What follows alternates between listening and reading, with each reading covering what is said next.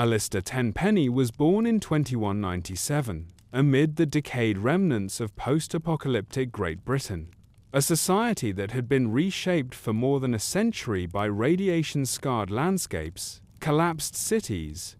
and fragmented communities struggling to hold on to cultural memories of a world long vanished. And although Allistair never experienced the Great War that obliterated the globe in 2077, the consequences of that catastrophe permeated every aspect of the world he entered, from the ruined skylines of the former London districts to the salt-stained, eroded coastal settlements that clung to existence along the English Channel. His childhood unfolded in an environment where remnants of pre-war British etiquette persisted in strange, distorted forms, preserved by families who still valued manners, structured speech, and a sense of refinement even as they lived in fortified shanties built against the crumbling shells of seaside buildings. And this unusual blend of civility and desperation shaped the foundation of Allistair's worldview, teaching him early that social order could be maintained even in the harshest circumstances, but only if the people in control insisted upon it with unwavering authority. His parents, whose names were not preserved in any known written record, were believed to be descendants of individuals who had belonged to Britain's pre-war professional or administrative classes, and they raised him with an emphasis on discipline, perception, and restraint, encouraging him to speak clearly, to assess situations before acting, and to view survival not as a matter of brute force, but of cleverness, selective trust, and exploitation of opportunity. Lessons that the young Allistair absorbed completely as he walked daily through the rotting bones of coastal towns, where scavengers bartered for dried fish, raider clans tested the defenses of small communities, and mutated animals prowled through abandoned industrial yards. Though his upbringing carried a faint echo of refinement, the reality around him was unforgiving, and the boy who would one day become the master of Tenpenny Tower witnessed enough violence, scarcity, and desperation to harden him deeply, leaving him with an instinctive belief that the world rewarded those who rose above others, rather than those who attempted to help them. A philosophy that would later define his policy toward ghouls, wasteland settlers, and anyone who did not meet his stringent expectations for behavior or appearance. By the time he reached adolescence, Allistair had already developed a reputation within his settlement for being sharply observant, calculating, and remarkably composed under pressure, traits that set him apart from peers who responded to danger with panic or impulsive aggression,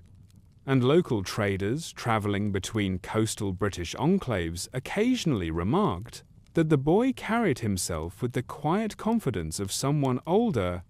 as if he already envisioned a future beyond the limited horizons of the Isles. These traders served as his first window into the wider post-war world, bringing stories of continental Europe, of surviving enclaves in the Mediterranean, and most importantly, of the vast, lawless territories of the former United States, places so large and resource-rich that the wealth within their ruins remained untouched by any organized power. And although these accounts were often exaggerated by sailors attempting to elevate their own adventures, the tales planted a powerful idea in Allistair's mind. That greatness belonged not to those who lingered in the decaying comforts of small settlements, but to those who dared to cross oceans and seize opportunities others were too narrow-minded or fearful to pursue. As he entered adulthood, Britain's regional conflicts intensified, with warlord factions fighting over dwindling supplies, mutated coastal predators disrupting fishing routes, and inland territories becoming increasingly unstable. And Allistair gradually recognized that the future he sought, a future of luxury, safety, and absolute control could not be built within the cramped, resource-scarce confines of the British wasteland, prompting him to begin making deliberate preparations to leave the Isles entirely. He spent several years working with coastal scavenger crews, learning maritime survival, navigation basics, and the political dynamics of seafaring groups who risked their lives patrolling the Atlantic for salvageable wrecks. And during this period, he cultivated a reputation for negotiating skillfully, keeping a cool head during crises, and always managing to take a larger share of profit than most believed he deserved, not through overt aggression but through strategic timing, persuasive speech, and an uncanny ability to identify the precise moment when a companion's resolve would falter. By his late 20s, he had secured a position among a crew of long-range maritime explorers who maintained a battered but seaworthy vessel cobbled together from pre-war components and salvaged plating, and he used this opportunity to barter his way into a one-way passage across the Atlantic, fully aware that the voyage would be dangerous, but also aware that the rewards on the distant American coast could dwarf anything Britain could offer. The crossing itself lasted many weeks, marked by violent storms fueled by centuries of atmospheric instability, encounters with mutated marine creatures whose glowing forms brushed against the hull at night, and internal tensions among the crew as supplies dwindled. Yet Allistair reportedly remained unusually calm throughout, keeping to himself, observing everyone carefully, and speaking only when necessary, reinforcing the impression that he considered the journey a calculated investment rather than an act of desperation. When at last the battered vessel reached the shores of the former United States, anchoring near the broken remains of the mid-Atlantic coastline, Allistair stepped onto American soil, not as a wanderer seeking refuge, but as a man determined to carve out a domain worthy of his ambitions. For the United States, unlike Britain, offered colossal cities torn open by nuclear fire, vast plains littered with undiscovered technology, and entire regions where no power had yet established complete authority. And as he climbed through the wreckage near the Capital Wasteland for the first time, studying the jagged silhouettes of ruined towers rising against an irradiated sky, he recognized immediately that this was a land where a man of vision could elevate himself far above the chaos, constructing a life not merely of survival, but of dominance, comfort, and control. A realization that would set him on the path toward the empire of stone, steel, and exclusivity that would one day bear his name and secure his place as one of the most notorious figures in the Capital Wasteland's turbulent history. Upon setting foot on the irradiated remnants of the American East Coast, Allistair Tenpenny immediately set about reinventing himself,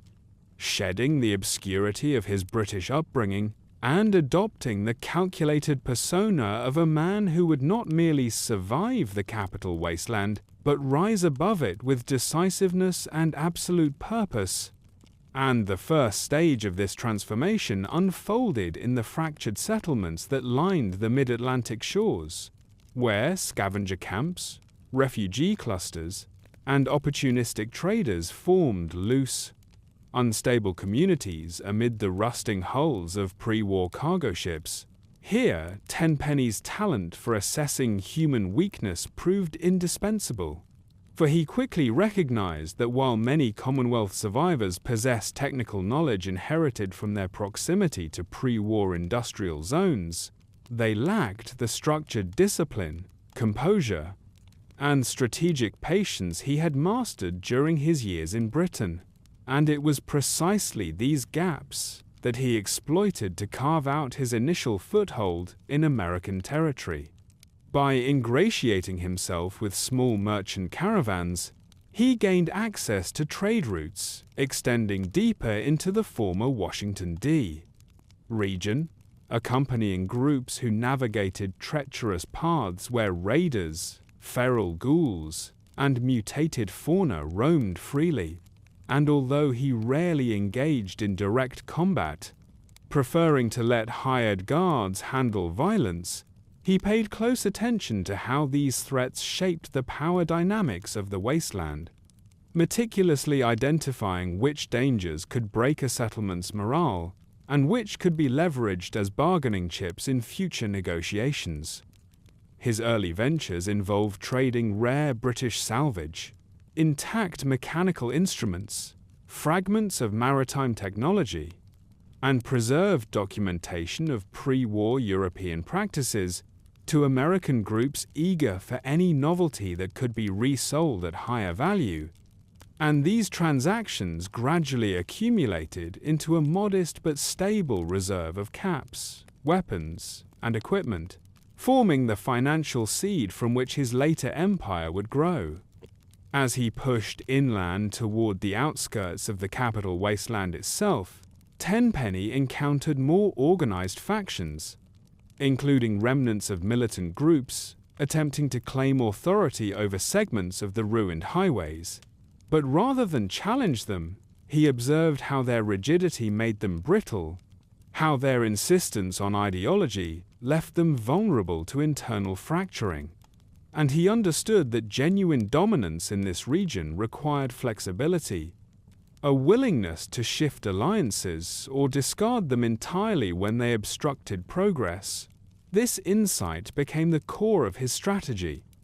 to avoid entangling himself in any faction's cause, and instead remain the man who supplied, financed, or subtly manipulated them depending on which arrangement offered the greatest return. By the early 2,242,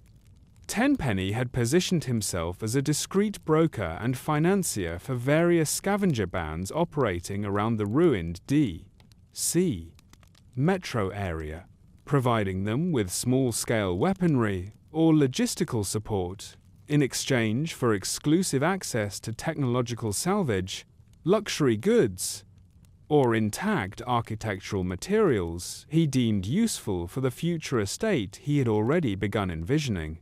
An estate that would stand apart from the filth, desperation, and undisciplined chaos he saw everywhere.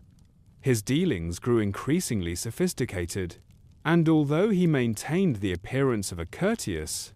impeccably spoken gentleman, a trait that baffled many wastelanders unaccustomed to such preserved refinement, he never hesitated to sever ties with partners the moment they became liabilities. Nor did he conceal his disdain for those he viewed as aesthetically or culturally degraded by the harshness of the wasteland. This combination of polite phrasing and ruthless decisiveness earned him a paradoxical reputation. Some saw him as an eccentric aristocrat with an inexplicably steady supply of caps, while others viewed him as a calculating manipulator whose civility masked a predatory instinct. Both impressions served his goals well,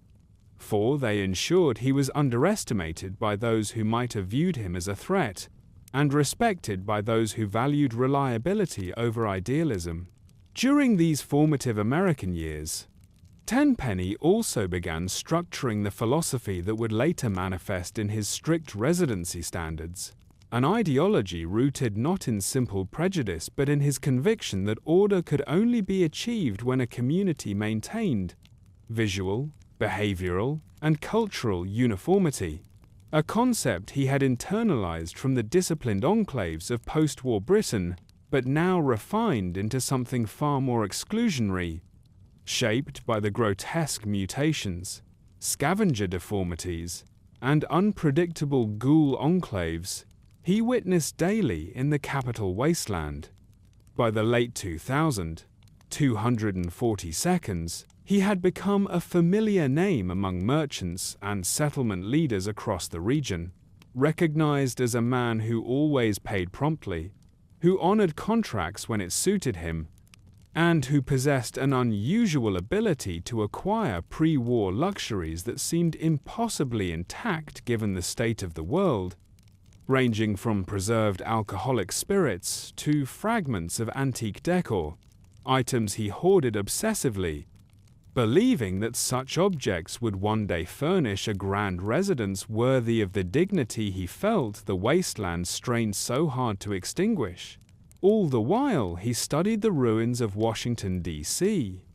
analyzing its geography, surveying its collapsed neighborhoods, and searching for a location stable enough to support the fortress-like structure he envisioned, a place where he could live above the rabble,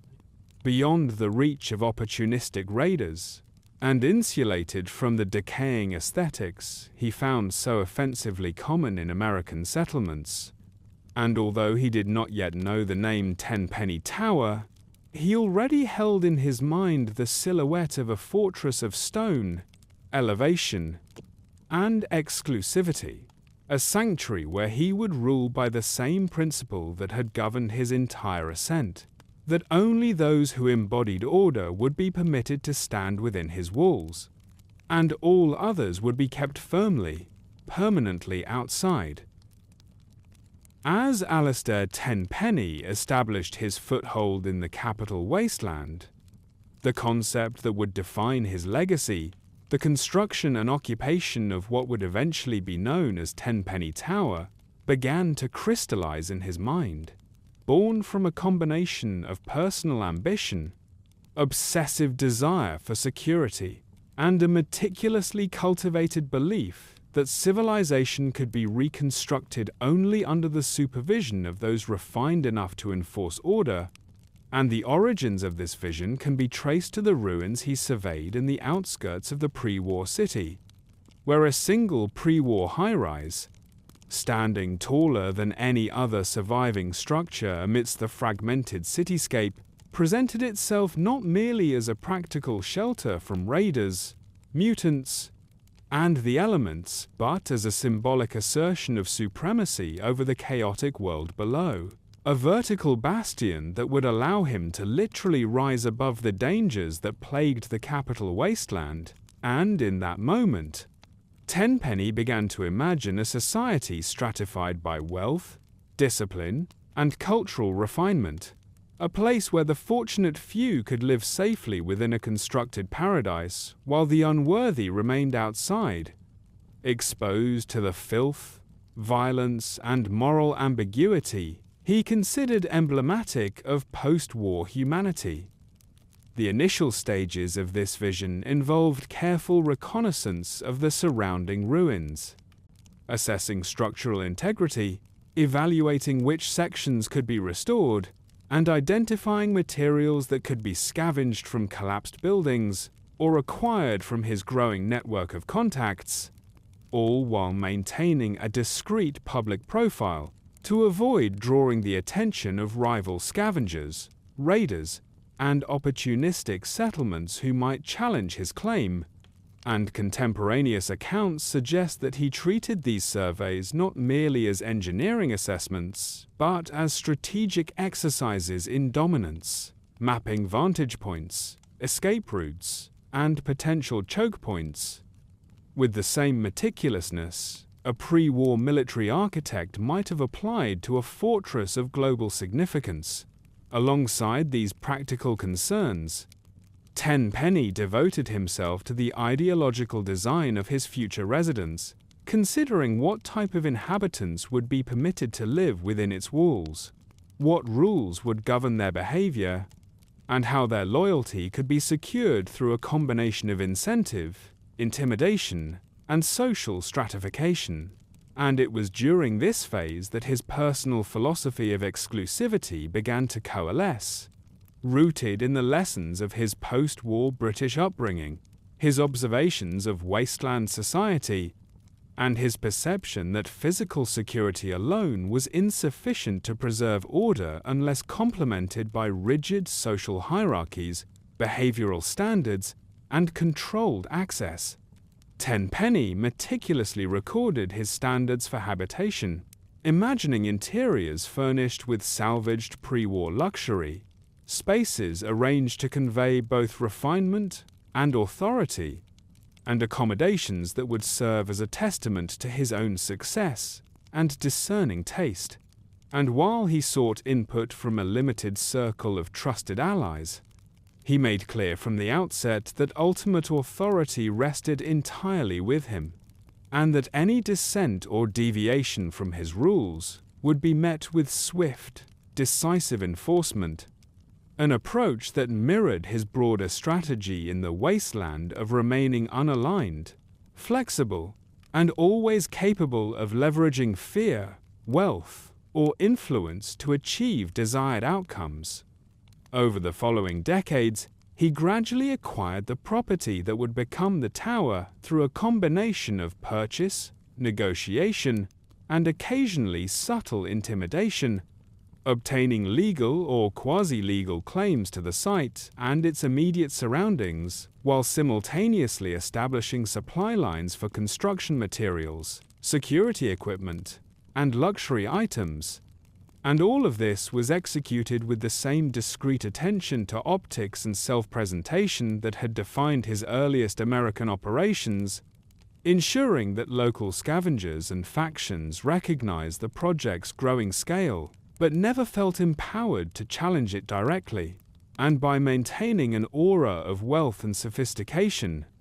Tenpenny further cemented the perception that the tower was not simply a personal residence, but the embodiment of his carefully calculated ideology, a vertical statement of civilization and dominance. During the construction and refurbishment process, Tenpenny applied his understanding of post-war materials, salvaged components, and pre-war architectural principles to ensure that the tower could withstand external threats, from raider incursions to localized seismic events, exacerbated by long-term structural damage and radiation-induced decay. And he implemented an internal design philosophy that emphasized surveillance, control, and separation of spaces to reinforce social hierarchy, with private quarters reserved for himself and select allies, common areas designed to encourage cooperation among residents,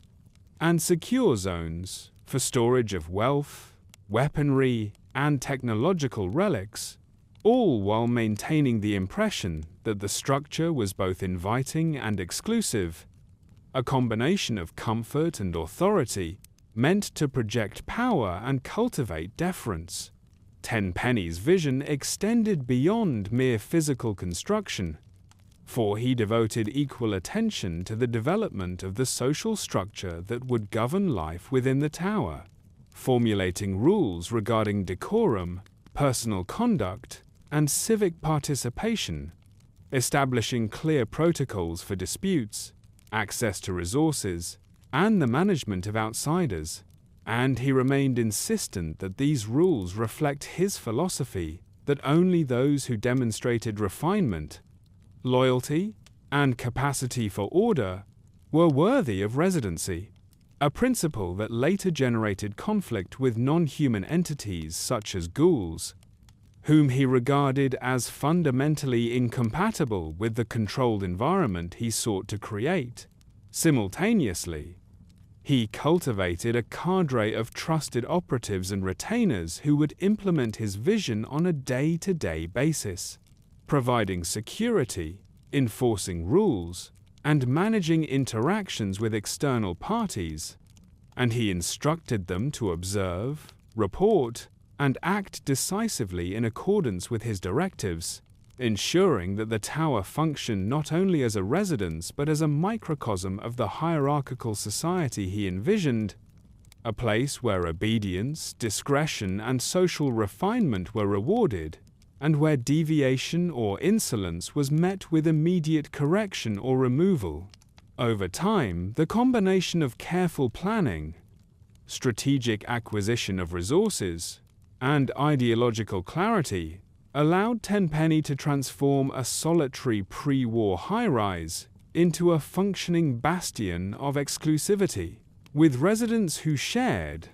whether willingly or reluctantly, his values and aesthetic sensibilities, and by positioning the tower as both physically impregnable and socially stratified, he established an enduring symbol of post-war elitism, a structure that would draw the attention of adventurers, scavengers, and historians alike, and would serve as a focal point for his broader influence over the Capital Wasteland. In this period, Tenpenny's philosophy matured into a coherent worldview that combined the lessons of post-war Britain, his observations of American survivalist society, and his personal ambition, crystallizing into a doctrine that emphasized verticality, refinement, separation from perceived chaos, and control of access,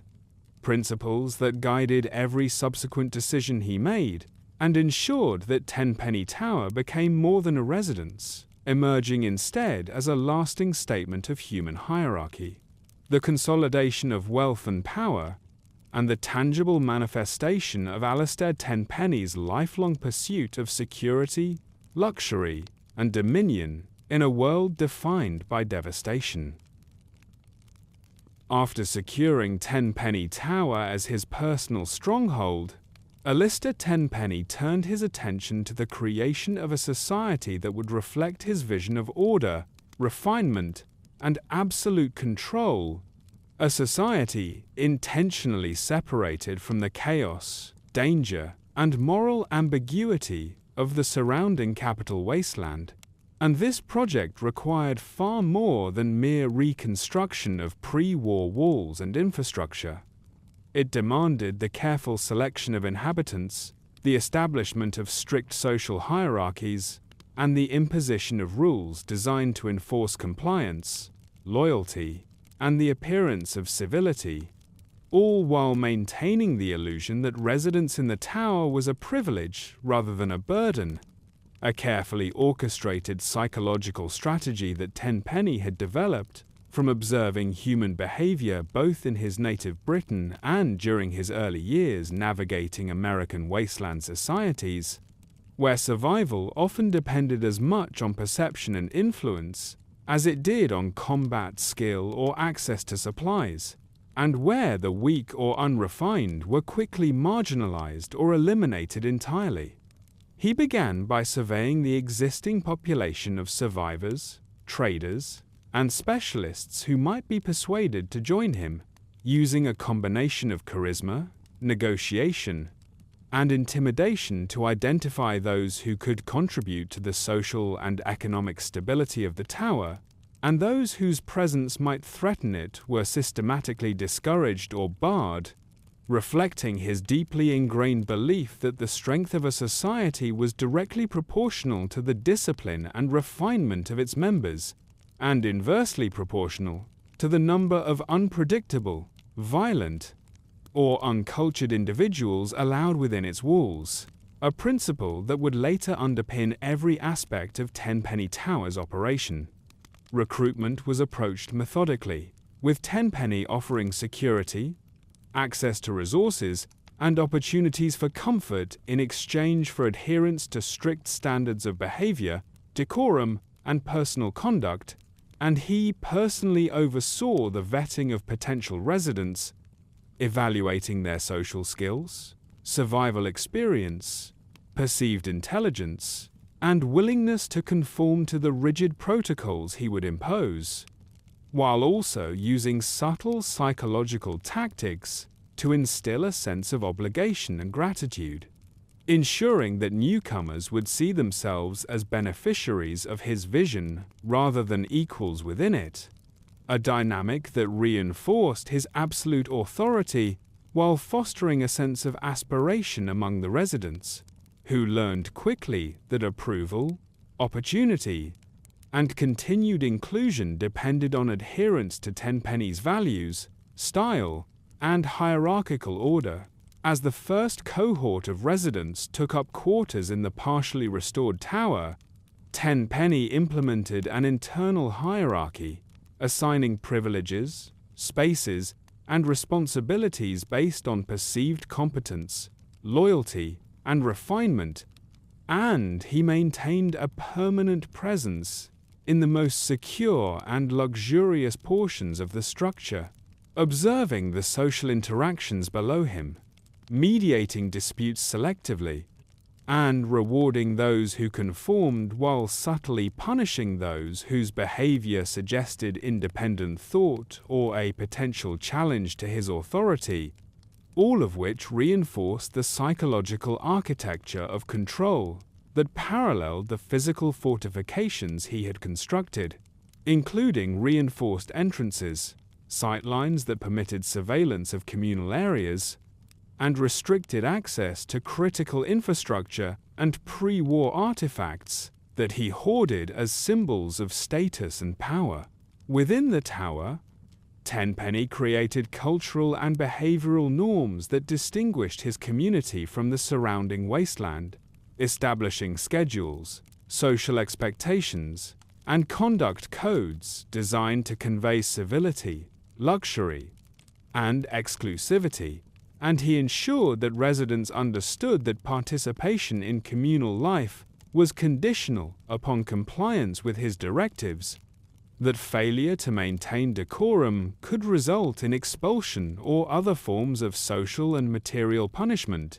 and that the privileges of proximity to him, access to scarce luxuries, and protection from external threats were contingent on loyalty, obedience, and the cultivation of manners, taste, and social restraint, a system that mirrored both the rigid structures of pre-war British high society and the lessons he had absorbed in his early observation of American post-war settlement dynamics, where authority was respected when combined with competence, wealth, and the perception of superior judgment. Tenpenny also integrated economic structures within the tower to reinforce hierarchy and dependency, designating certain roles for residents that involved maintenance, resource management, and minor governance responsibilities, while concentrating the most critical functions, security, financial oversight, and decision-making, under his direct control or in the hands of trusted lieutenants, a deliberate design to ensure that even the most talented or ambitious residents remained subordinate to his ultimate authority, and that the social, political, and material infrastructure of the tower could not be co-opted or contested by internal actors, a reflection of his understanding that the survival of a carefully constructed society depended not merely on walls or weaponry, but on disciplined and controlled human behavior. He further emphasized exclusivity by setting standards for physical presentation, hygiene, and taste, rejecting individuals who failed to meet aesthetic or behavioral expectations, and cultivating an environment in which visible refinement and adherence to social norms served as both a reward and a method of social sorting,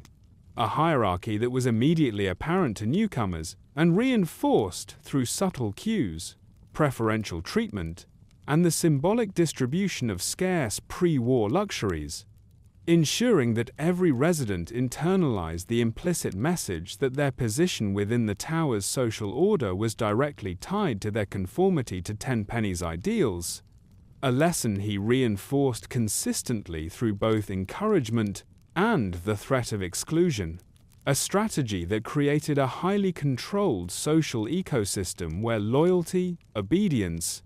and decorum became the currency of survival. At the same time, Tenpenny understood the importance of psychological and social cohesion, encouraging cooperative activities that fostered trust, shared identity, and reliance on his leadership while preventing alliances or networks that might challenge his position, and he maintained a delicate balance between granting autonomy sufficient to allow residents to feel empowered and keeping oversight comprehensive enough to deter insubordination, a dual strategy that required constant vigilance, observation, and adjustment of rules, privileges, and interpersonal dynamics, and which mirrored the principles he had observed in both post-war Britain and early American wasteland settlements, where small communities succeeded or failed based on leadership, social cohesion, and the management of internal hierarchies. By controlling both the physical environment and the social structures within it, Tenpenny succeeded in establishing Tenpenny Tower as a self-contained microcosm of civilization, a place where wealth, refinement, and adherence to his ideology determined one's status, and where the combination of security, comfort, and exclusivity created a compelling incentive for compliance, and in doing so, he reinforced a model of post-war society in which survival was inseparable from social order, authority, and the careful curation of human behavior, a model that would influence not only the residents themselves, but also the broader perception of Tenpenny Tower within the Capital Wasteland, setting the stage for the conflicts, controversies, and ideological struggles that would define Allistair Tenpenny's legacy in the decades to follow. As Tenpenny Tower rose above the remnants of Washington, D.C., Allistair Tenpenny's relationship with the surrounding Capital Wasteland became increasingly complex, shaped by a combination of cautious pragmatism,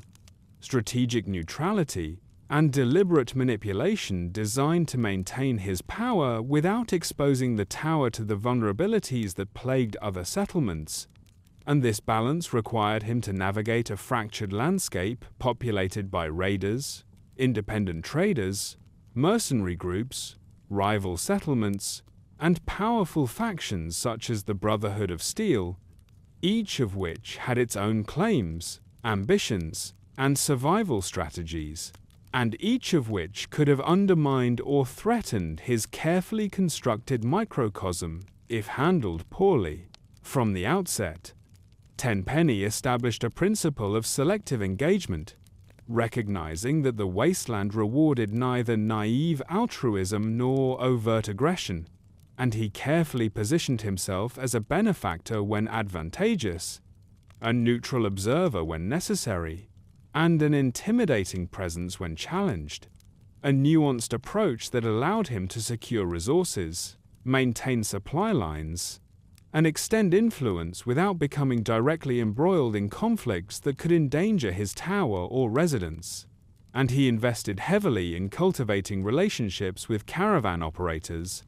the only reliable long-distance distributors of food, medicine, pre-war goods, and other scarce resources, ensuring that his holdings were never cut off from vital commodities, and that his reputation as a provider of stability, security, and occasional opportunity extended well beyond the tower's walls, effectively creating a network of dependence among traders, settlers, and minor factions alike. His dealings with raiders were particularly calculated, because Tenpenny understood that brute force alone could never secure long-term safety, and he therefore relied on a combination of intimidation, selective bribery, and occasionally violent reprisals to ensure that raider bands perceived the tower as both untouchable and unprofitable to attack, leveraging his knowledge of the surrounding geography, fortified positions, and armed enforcers to establish psychological dominance over groups that might otherwise have preyed on nearby settlements. And this reputation for inaccessibility, combined with strategic generosity when advantageous, created a deterrent effect that minimized attacks while reinforcing the perception that Tenpenny Tower operated under principles of order and consequence, rather than mere luck or firepower. When considering more organized factions such as the Brotherhood of Steel, Tenpenny adopted a policy of cautious observation, aware that their ideological commitment to the collection and preservation of technology could intersect with his interests in ways that were both dangerous and potentially profitable, and he therefore maintained a deliberate distance while ensuring that any interactions were framed by his control of access and negotiation leverage. such that the Brotherhood viewed him neither as an immediate threat nor a suitable ally for the full expansion of their agendas, and Tenpenny, in turn, carefully monitored their patrols, supply lines, and knowledge of pre-war technology to ensure that no incursion or intelligence-gathering operation could undermine the tower's security, while simultaneously extracting any information or opportunity that might benefit his ongoing consolidation of wealth and influence. Tenpenny's approach to independent settlements, such as Megaton, Rivet City, or smaller survivor enclaves, was equally measured, combining a mixture of commerce, observation, and selective intervention, providing supplies, favors, or assistance when doing so reinforced his image as a capable, trustworthy figure, and withholding support or employing veiled threats when he sought to assert dominance or maintain distance. And in all cases he carefully maintained a narrative of neutrality, never appearing to be fully aligned with one faction over another, because such overt alignment would have limited his strategic flexibility and exposed the tower to retaliation or demands beyond his willingness to accommodate. The management of mercenary groups and hired enforcers formed another critical aspect of Tenpenny's strategy, because these individuals acted as both deterrents and instruments of influence, able to intervene in disputes, protect trade caravans, and enforce the social and ideological structure of the tower, while projecting a constant reminder of the consequences of challenging his authority. And Tenpenny meticulously supervised their recruitment, training, and loyalty, understanding that a single misaligned operative could compromise the delicate balance of power he had painstakingly constructed, and that their presence also served to enhance his reputation as a figure capable of decisive action without needing to engage directly in every conflict, allowing him to focus on governance, negotiation, and the ongoing curation of tower society. This multifaceted strategy extended even to casual interactions with travelers, adventurers, and outsiders who passed near the tower, because Tenpenny recognized the psychological importance of perception, and he cultivated an aura of authority and omniscience, ensuring that stories of his wealth, sophistication, and implacable enforcement of rules spread throughout the wasteland, subtly influencing the behavior of merchants, raiders, and independent settlements alike, many of whom chose to avoid conflict or adopt a posture of respect in anticipation of dealings with him. And in this manner, he converted the scattered, chaotic forces of the wasteland into a system that, indirectly and informally, served his strategic interests, allowing him to maintain control with minimal exposure to unnecessary risk. Tenpenny also carefully monitored the flow of information within the region, understanding that knowledge equated to power in a world where rumors, misdirection, and fragmented intelligence shaped the decisions of both allies and adversaries, and he cultivated discreet informants, long-distance traders, and loyal residents who could report on shifting alliances, potential threats, and opportunities for acquisition, creating an early warning system that allowed him to preempt challenges to his authority and exploit vulnerabilities in nearby factions. And by combining surveillance, selective generosity, intimidation, and manipulation, he effectively controlled the social and economic interactions of the surrounding wasteland without ever committing to large-scale military campaigns, relying instead on the reputation he had cultivated and the perception of omnipresence that his strategic communication and visible displays of wealth and firepower produced. This approach was further reinforced by his philosophical commitment to maintaining distance from the morally ambiguous struggles of the region, a principle he framed as an exercise in efficiency and pragmatism, asserting that the tower's mission was not to reform, punish, or guide the wasteland, but simply to exist as a secure enclave in which civilization, refinement, and order could be preserved. And in doing so, Tenpenny positioned himself above conventional ethical or political entanglements, ensuring that he could manipulate outcomes in ways that favored his objectives without being dragged into the endless cycles of violence, revenge, or ideological conflict that consumed so many settlements, and in the process he became both respected and feared. A figure whose neutrality was itself a source of power because it allowed him to arbitrate, threaten, or intervene selectively, and to leverage scarcity, information, and reputation to extend influence across the Capital Wasteland in ways that few rivals could match. Ultimately, Tenpenny's relationship with the surrounding region combined elements of fear, respect, commerce, and strategic aloofness, creating a web of influence in which settlements, factions, traders, and mercenary groups all recognized the tower as both a resource and a deterrent, a nexus of power from which Tenpenny could project authority without directly controlling every inch of the surrounding territory, a deliberate and calculated form of soft dominance that relied on perception, preparation, and a careful calibration of risk, and in doing so, he ensured that Tenpenny Tower would endure as a central fixture of the Capital Wasteland, a monument not only to his ambition and vision, but also to the sophisticated understanding of post-war politics,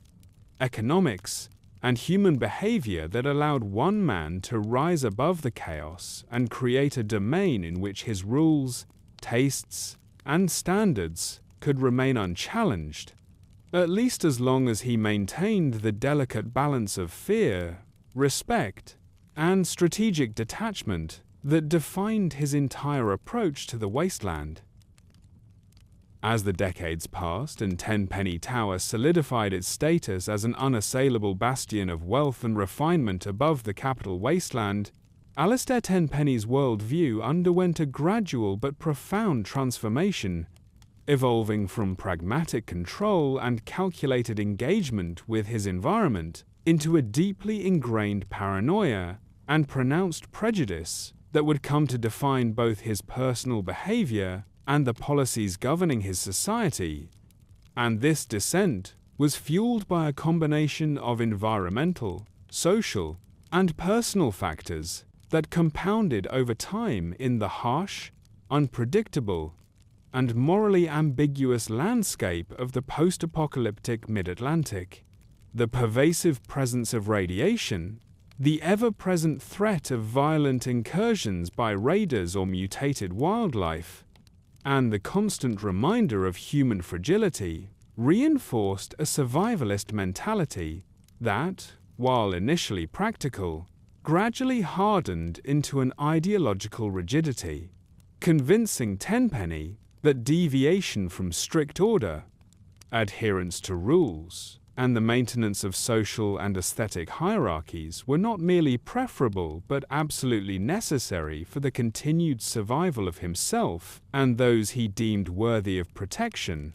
And this insistence on control extended beyond practical safety into the realm of social engineering,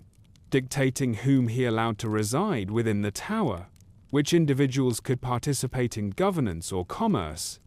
and which behaviors, appearances, or affiliations were incompatible with his conception of civilization, a philosophy that increasingly conflated personal taste with moral and social fitness. His encounters with ghouls, who in the surrounding wasteland roamed freely, yet often demonstrated intelligence, resilience, and community cohesion, became a particular catalyst for the development of his prejudices, because their physical deformities, extended lifespans, and perceived moral difference challenged the rigid standards of propriety and aesthetic sensibility that Tenpenny had constructed as the foundation of his society. And while some ghouls offered utility or loyalty, he came to regard them with suspicion and disdain, framing them as inherently incompatible with his vision of an orderly, elite community. And this perspective, reinforced by anecdotal reports of ghoul aggression or social disruption from nearby settlements, evolved into a core tenet of tower policy, codified in both explicit rules and unspoken expectations, and justified internally as a rational act of self-preservation rather than mere prejudice. Personal losses and betrayals further exacerbated Tenpenny's increasing paranoia, as trusted allies, business contacts, and mercenary operatives occasionally acted in ways he interpreted as disloyal, incompetent, or opportunistic, whether through negligence, ambition, or misaligned priorities, and each incident reinforced his belief that only absolute control, constant vigilance, and the careful separation of the deserving from the undeserving could prevent collapse, a belief that over time became indistinguishable from moral judgment, as Tenpenny came to equate weakness, aesthetic deviation, and social nonconformity with ethical failure, and by extension, with existential threat, and he responded accordingly by tightening social hierarchies, surveillance, and access restrictions within the tower, ensuring that every resident and employee existed under the constant reminder that deviation from his norms would not be tolerated. This combination of environmental stresses, the inherent unpredictability of human and non-human actors in the wasteland, and a lifetime spent observing the fragile, violent, and chaotic dynamics of surrounding settlements led to a profound social isolation, as Tenpenny increasingly withdrew from direct interactions outside of necessary negotiations, preferring to rely on intermediaries, enforcers, and carefully curated informants to mediate his relationships with the outside world, and in doing so, he created a psychological feedback loop in which every rumor, perceived slight, or failure of loyalty was magnified, internalized, and treated as evidence supporting the correctness of his exclusive hierarchical vision, further entrenching his prejudice, fear, and rigidity. Over time, his distrust extended not only to outsiders, but also to individuals within the tower, as Tenpenny developed an acute sensitivity to subtle shifts in loyalty, tone, or behavior, interpreting even minor deviations from expected conduct as potential threats to the social cohesion and physical security he had so painstakingly constructed. And he responded with preemptive interventions, selective punishment, or public displays of authority, designed to reassert dominance and prevent the formation of autonomous networks, a strategy that, while effective in maintaining immediate control, contributed to an atmosphere of fear, suspicion, and internalized hierarchy among residents, further consolidating his power while eroding trust and morale, a dual effect that he understood but considered acceptable because the survival and exclusivity of the tower outweighed all other social or ethical concerns. The harsh realities of the Capital Wasteland reinforced this worldview repeatedly, as raids, disputes over trade,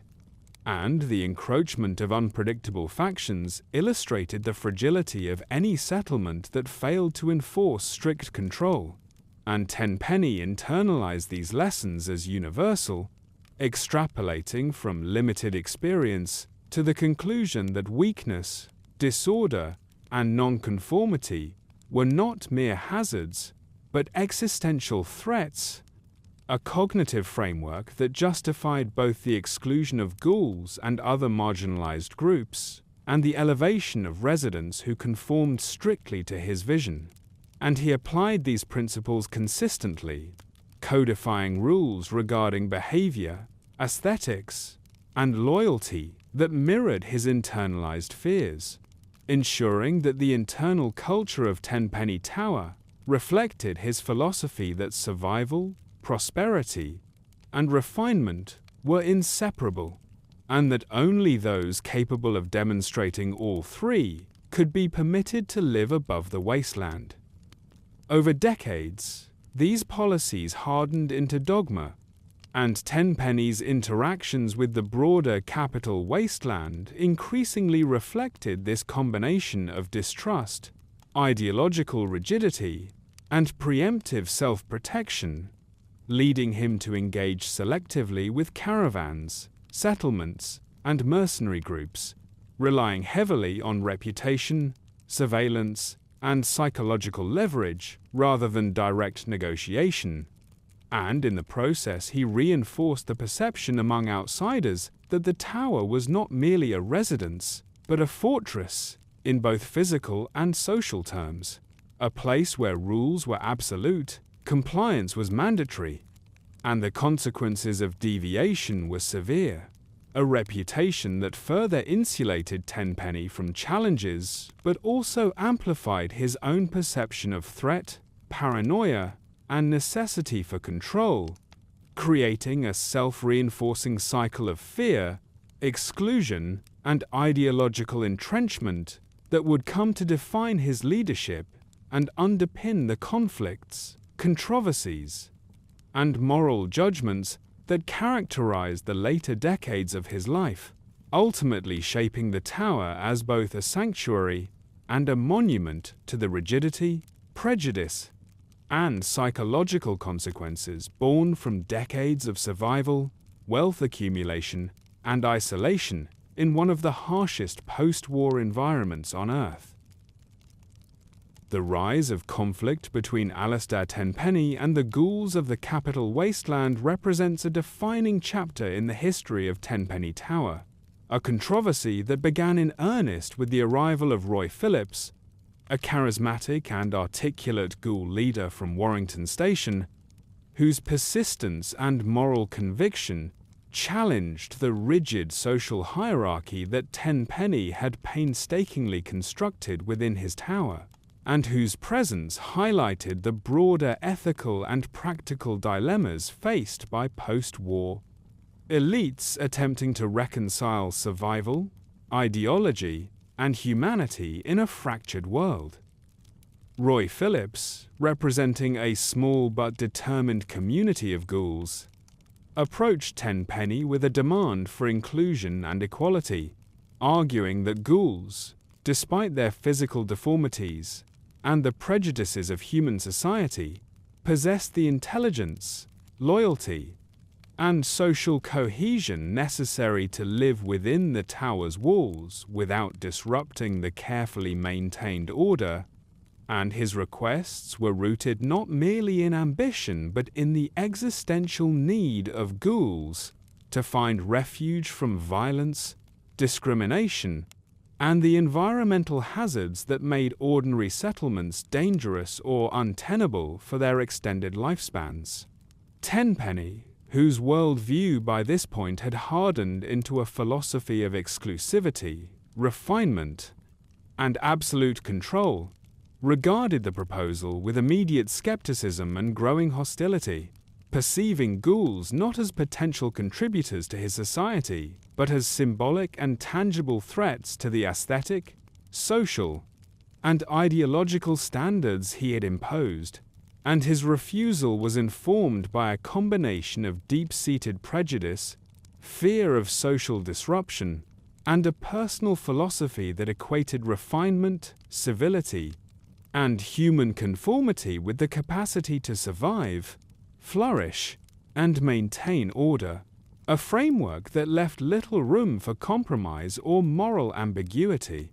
The dispute escalated as Phillips and his followers began to organize public appeals, gather allies among wasteland travelers, and highlight the moral contradictions inherent in Tenpenny's system, framing their struggle not as a challenge to his authority, but as a demand for recognition of fundamental dignity and the right to access security and comfort, a narrative that resonated with some observers and underscored the tensions inherent in a post-war society, where resources, protection, and inclusion were rare commodities controlled by a few powerful individuals, and where social hierarchies were enforced not only through physical barriers but also through psychological, ideological, and cultural mechanisms. Tenpenny's response combined legalistic argumentation, selective intimidation, and strategic manipulation, as he sought to maintain absolute authority while presenting his rejection as rational and principled rather than purely discriminatory, emphasizing the necessity of uniformity, the preservation of cultural standards, and the avoidance of social disorder, while carefully avoiding overtly violent confrontation unless provoked, a tactic that reinforced his image as both a man of refinement and an unyielding arbiter of social hierarchy, and which effectively established the first significant flashpoint of moral and social tension within the tower, one that would define Tenpenny's legacy and reputation in the Capital Wasteland for decades to come. The controversy drew attention from residents, employees, and visitors alike, creating factions of opinion within the tower and the surrounding region, as some began to question the ethical implications of exclusionary policies, while others defended Tenpenny's authority and the perceived necessity of maintaining rigid standards. And this division highlighted the broader social and moral complexities of post-war life, in which survival, security, and social prestige often collided with notions of fairness, equality, and compassion, and in which the moral frameworks of individuals were tested against both scarcity and the unpredictable consequences of interacting with a diverse, irradiated population. Tenpenny, ever calculating, recognized the potential for this dispute to destabilize both the tower and his broader network of influence, and he responded by reinforcing the ideological, physical, and social boundaries that protected his interests, including tightened access controls, enhanced surveillance, and the strategic deployment of loyal enforcers to monitor and regulate ghoul activity near the tower, while simultaneously engaging in selective negotiation to demonstrate that any accommodation would be conditional, temporary, and subordinate to his overarching authority, a strategy designed to preserve appearances of civility while ensuring that ultimate power remained firmly in his hands. Over time, the ghoul controversy evolved into a symbolic struggle between competing visions of post-war society, with Tenpenny representing exclusivity, hierarchy, and the preservation of aesthetic and behavioral norms, while Phillips and his followers embodied resilience, adaptability, and a claim to moral and practical legitimacy, despite their status as physically transformed outcasts. And this conflict illuminated the limits of Tenpenny's ideology when confronted with the persistence of human and post-human agency beyond his control, forcing him to confront, albeit unwillingly, the ethical implications of governance in a world where survival and morality were often in tension, and where the concentration of power in a single individual could both secure comfort and provoke resentment. The dispute further crystallized the social and psychological dynamics within Tenpenny Tower, as residents were compelled to navigate their own allegiances, fears, and ethical judgments in relation to the ghouls, with some internalizing Tenpenny's prejudices, others questioning his moral authority, and still others attempting to mediate or influence outcomes for personal or ideological reasons. and the resulting tensions created a microcosm of the broader Capital Wasteland, reflecting the contested, fragmented, and morally ambiguous nature of post-war human society, in which the intersection of survival, authority, and identity produced persistent conflict. By the time external parties, travelers, and adventurers became aware of the dispute, the ghoul controversy had already established itself as a defining characteristic of Tenpenny Tower, shaping perceptions of Allistair Tenpenny as both a visionary architect of civilization and a figure of entrenched prejudice, a duality that would influence his reputation, negotiations, and interactions for the remainder of his life, and that would form the basis for subsequent interventions, moral judgments, and eventual canonical interactions with the player characters who would encounter the tower in later decades, demonstrating that the struggle over inclusion, hierarchy,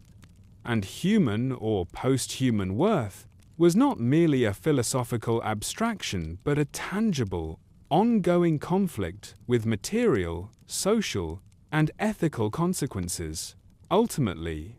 the ghoul controversy was more than a dispute over residency. It became the lens through which Tenpenny's ideology, paranoia, and moral rigidity were expressed, tested, and reinforced, marking the point at which his carefully constructed world collided with the unpredictable realities of the Capital Wasteland, and establishing a lasting narrative that would define both his leadership and the moral landscape of one of the most iconic post-war settlements in Fallout history. Within the intricate social and physical hierarchy of Tenpenny Tower, the presence and authority of Sheriff Gustavo emerged as a central mechanism by which Allistair Tenpenny maintained control, enforced rules, and managed both internal and external challenges to his power. And Gustavo's role cannot be understated, for he embodied the combination of intimidation, loyalty, and practical enforcement that allowed Tenpenny to project authority without the necessity of constant direct intervention, while simultaneously addressing the rising tensions generated by the ghoul controversy, potential threats from nearby wasteland factions, and the inherent unpredictability of resident behavior in a society premised on exclusivity and hierarchical compliance. And in this sense, Gustavo became both the physical arm and the psychological instrument through which Tenpenny extended his influence, creating a visible and immediate reminder to residents and outsiders alike that the tower's order was absolute, monitored, and enforceable by lethal means if necessary. Gustavo's recruitment, supervision, and integration into the tower's governance reflected Tenpenny's understanding that raw power alone was insufficient to maintain a controlled society, and that authority must be both delegated and symbolically reinforced. And so the sheriff was imbued with responsibilities that ranged from policing disputes among residents and enforcing rules, to overseeing external interactions with traders, caravans, and wandering adventurers, effectively creating a chain of command that centralized ultimate decision-making with Tenpenny, while distributing operational enforcement across a trusted subordinate, a structure that allowed the tower to function smoothly and efficiently while projecting an image of disciplined order to the surrounding Capital Wasteland. The sheriff's role in managing the ghoul controversy was particularly significant, as Gustavo was responsible for monitoring potential attempts by ghouls to approach, negotiate, or infiltrate the tower, acting as both gatekeeper and mediator, and employing a combination of surveillance, intimidation, and, when necessary, calculated violence to ensure that Tenpenny's exclusionary policies were respected, and that the psychological boundaries Tenpenny had constructed were maintained, a function that required both judgment and decisiveness, because overreaction could provoke hostility or rebellion, while inaction could undermine the authority and perception of invulnerability that the tower depended upon, and Gustavo's ability to navigate this tension made him indispensable to Tenpenny's continued dominance. Beyond external security, Gustavo's authority extended to internal matters, where he enforced conduct, decorum, and loyalty among residents, addressing disputes over property, privileges, and hierarchical placement, and ensuring that every inhabitant internalized the consequences of non-compliance, whether through formal reprimand, temporary suspension of privileges, or physical coercion when deemed necessary, a system that mirrored the enforcement mechanisms Tenpenny had observed and admired in both post-war Britain and his early experiences in the American wasteland, where the consolidation of control depended on a combination of perception, selective force, and the careful calibration of reward and punishment, and where leadership could be asserted and maintained only through the credible threat of consequences. Gustavo's presence also functioned as a deterrent to external parties who might otherwise attempt to test the tower's defenses or negotiate access to resources without authorization, as stories of his ruthlessness, decisiveness, and tactical competence spread quickly among traders, mercenaries, and scavenger bands, reinforcing the perception that Tenpenny Tower was not merely fortified physically, but also protected by a hierarchy of loyal and capable enforcers who could respond rapidly and effectively to any perceived threat. And in this way, the sheriff's role became as much psychological as operational, shaping behavior through reputation, visible authority, and the implicit understanding that actions outside the bounds of Tenpenny's rules carried immediate and enforceable consequences. The relationship between Tenpenny and Gustavo was one of careful orchestration, built on trust, loyalty, and mutual benefit, with Tenpenny delegating operational power while retaining absolute authority over strategic decisions, and Gustavo executing these duties with the understanding that his position, privilege, and continued presence within the tower depended entirely upon his competence and adherence to Tenpenny's vision, a dynamic that allowed Tenpenny to manage the day-to-day functioning of the tower while focusing on broader strategic goals such as resource acquisition, ideological enforcement, and the expansion of influence across the Capital Wasteland. And that ensured that any challenge to authority, whether internal, external, human, or post-human, could be addressed with both speed and strategic discretion.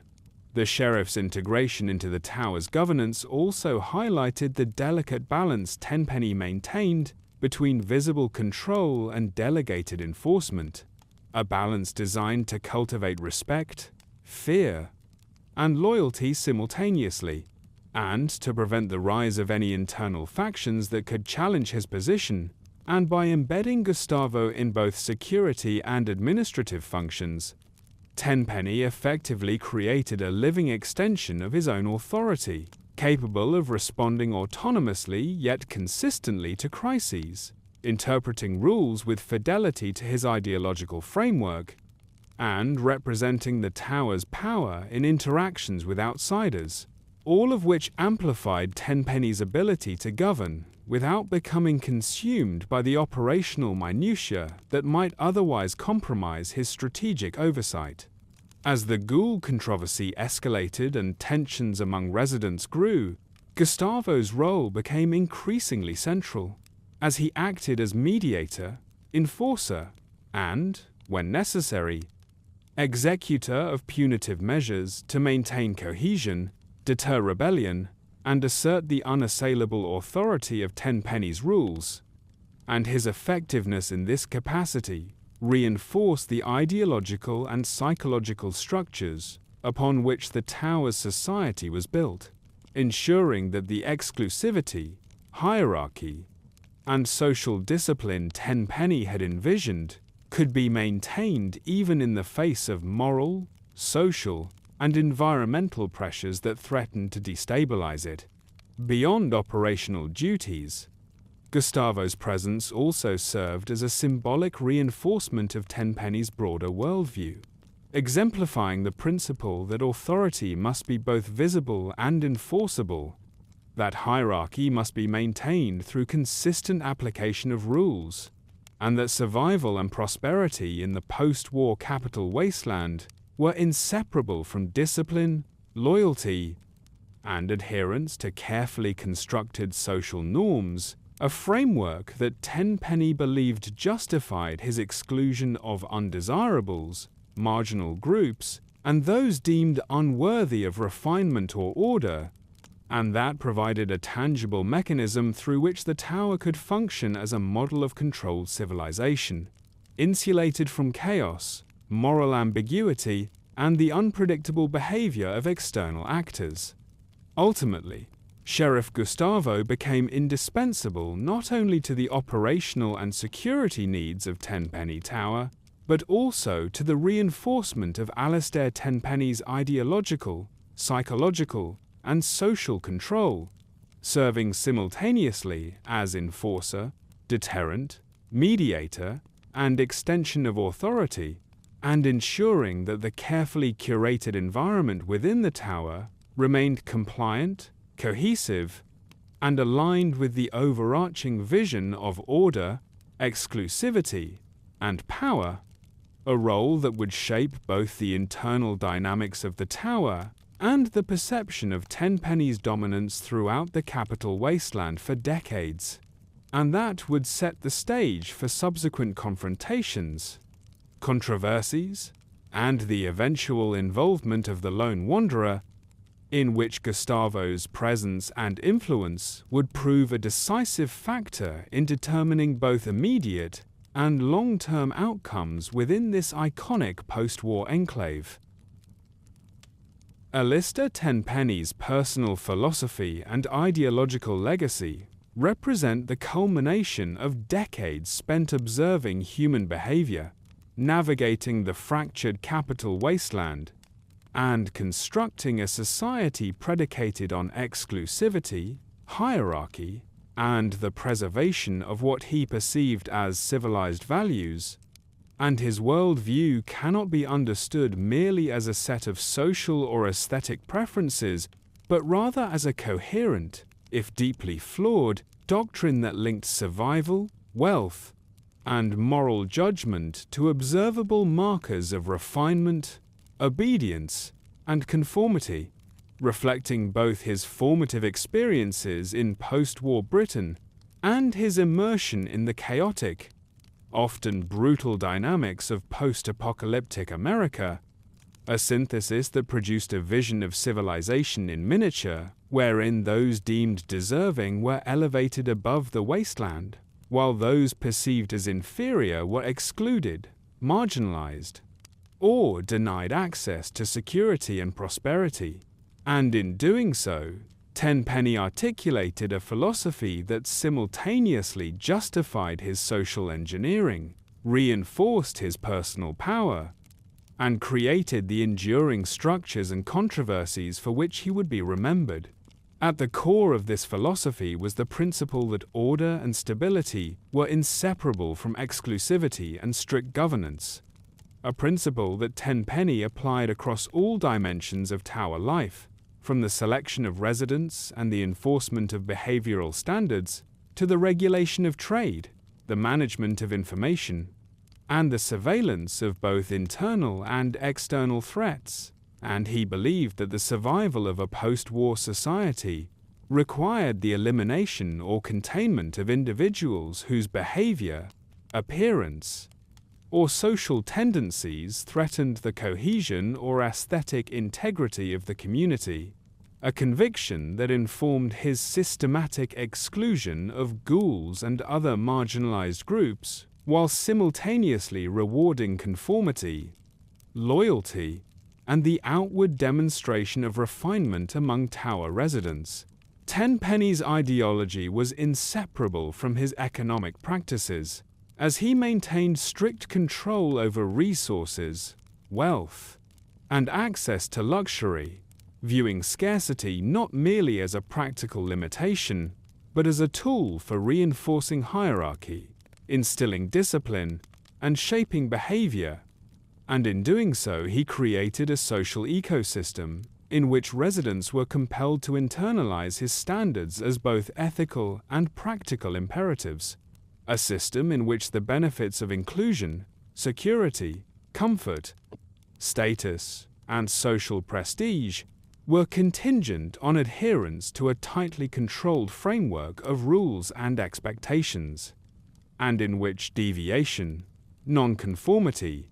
or perceived weakness was punished through exclusion, surveillance, or social sanction, a dynamic that ensured that the Tower functioned as both a literal and symbolic expression of his philosophy. His views on civilization, order, and survival extended to the broader wasteland, where he cultivated relationships with traders, mercenaries, and settlements in ways that reinforced his ideological framework, maintaining neutrality, selective engagement, and leverage as tools to assert influence without overextending or compromising his principles. And in doing so, he projected the values of his Tower, discipline, refinement, and hierarchical judgment into the surrounding environment, a subtle but persistent shaping of regional dynamics that reflected his belief that power and civilization could not be divorced from social engineering, enforcement, and moral adjudication, and that leadership in a post-apocalyptic world required both the ability to control resources and the capacity to define who was worthy of protection and inclusion. Tenpenny's philosophy was further distinguished by its psychological sophistication, recognizing that perception, reputation, and the internalization of social hierarchies were as crucial to control as physical fortifications or armed enforcement, and he meticulously designed Tenpenny Tower to maximize both surveillance and the symbolic reinforcement of authority, structuring physical spaces, communal areas, and private quarters to signal status, reward compliance, and constantly remind residents of the consequences of deviation. A design approach that extended his ideological principles into the lived experience of every inhabitant, creating an environment in which social order was reinforced by both formal rules and subtle, continuous psychological cues, a dual strategy that ensured his vision persisted beyond mere enforcement and into the very cognition and behavior of the population. His ideological framework also encompassed a moral dimension, in which he conflated aesthetic refinement, physical appearance, behavioral conformity, and loyalty with ethical worth, creating a system in which survival, prosperity, and inclusion were positioned as moral imperatives rather than mere privileges.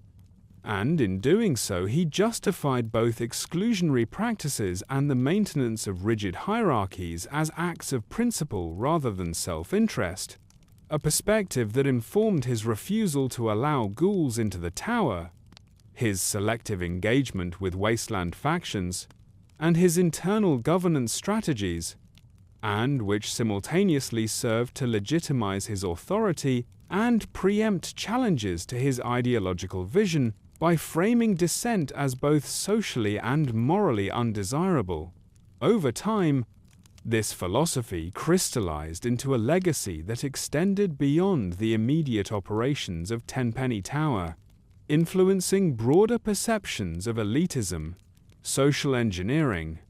and the moral dimensions of survival in the Capital Wasteland, as the Tower became both a literal bastion of exclusivity and a symbolic representation of the tension between security, order, and ethical responsibility in a post-apocalyptic environment, and the debates it inspired over ghouls, social hierarchy, and the limits of inclusion reflected the ongoing relevance of Tenpenny's principles, both as a practical guide to maintaining control and as an enduring, controversial lens through which to evaluate post-war society. In assessing his ideological legacy, historians and observers have noted that Tenpenny exemplified the duality of post-apocalyptic leadership, in which the accumulation of power, the enforcement of exclusivity, and the cultivation of order could coexist with moral rigidity, prejudice, and systemic discrimination, producing a model of governance that was simultaneously effective, sustainable, and ethically contentious, and demonstrating that the exercise of authority in the wasteland required not only material and military resources, but also psychological acumen, ideological clarity, and an unyielding vision of who was entitled to survive and thrive. Ultimately, Allistair Tenpenny's personal philosophy and ideological legacy crystallized the contradictions, strengths, and flaws of post-war human society, revealing a figure whose commitment to order, hierarchy, and controlled civilization allowed him to create a microcosm of stability, wealth, and refinement, while also perpetuating exclusion, prejudice, and social stratification, and whose influence, both physical, within the walls of Tenpenny Tower, and symbolic,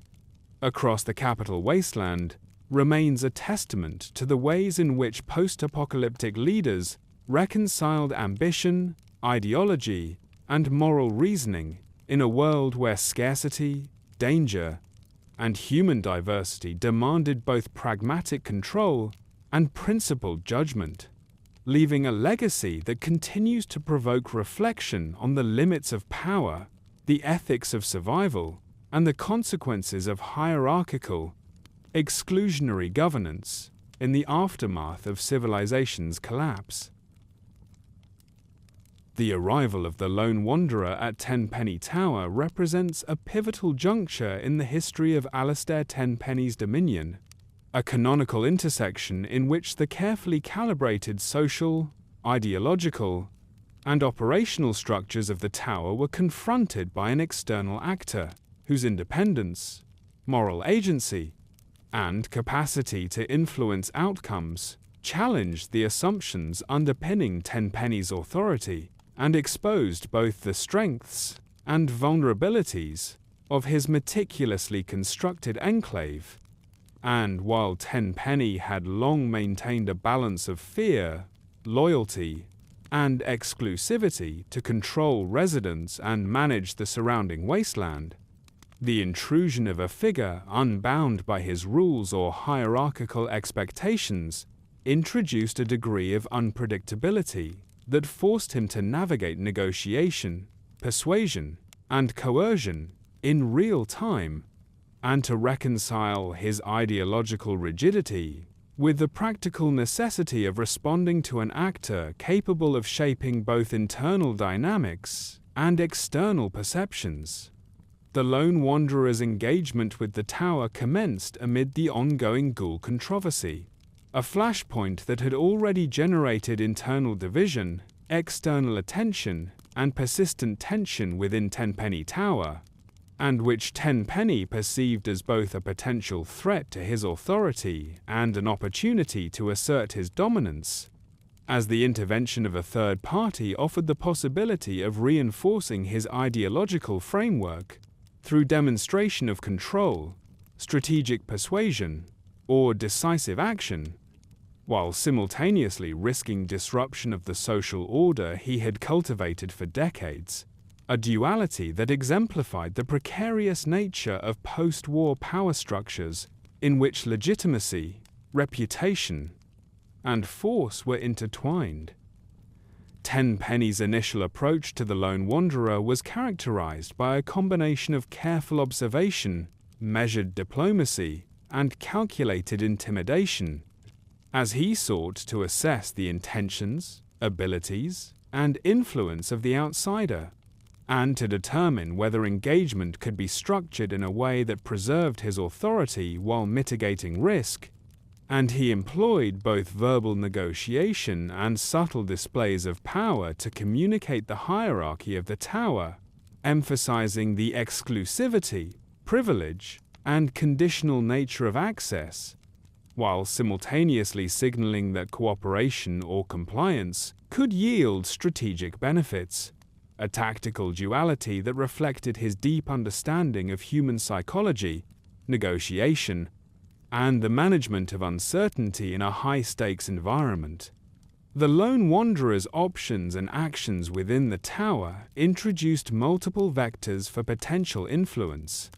including the ability to mediate or exacerbate the ghoul dispute, redistribute resources, challenge internal enforcement practices, or manipulate resident loyalties, and Tenpenny's response to each scenario demonstrated a pragmatic flexibility that belied his reputation for rigidity, as he balanced adherence to ideological principles with the necessity of preserving power, stability,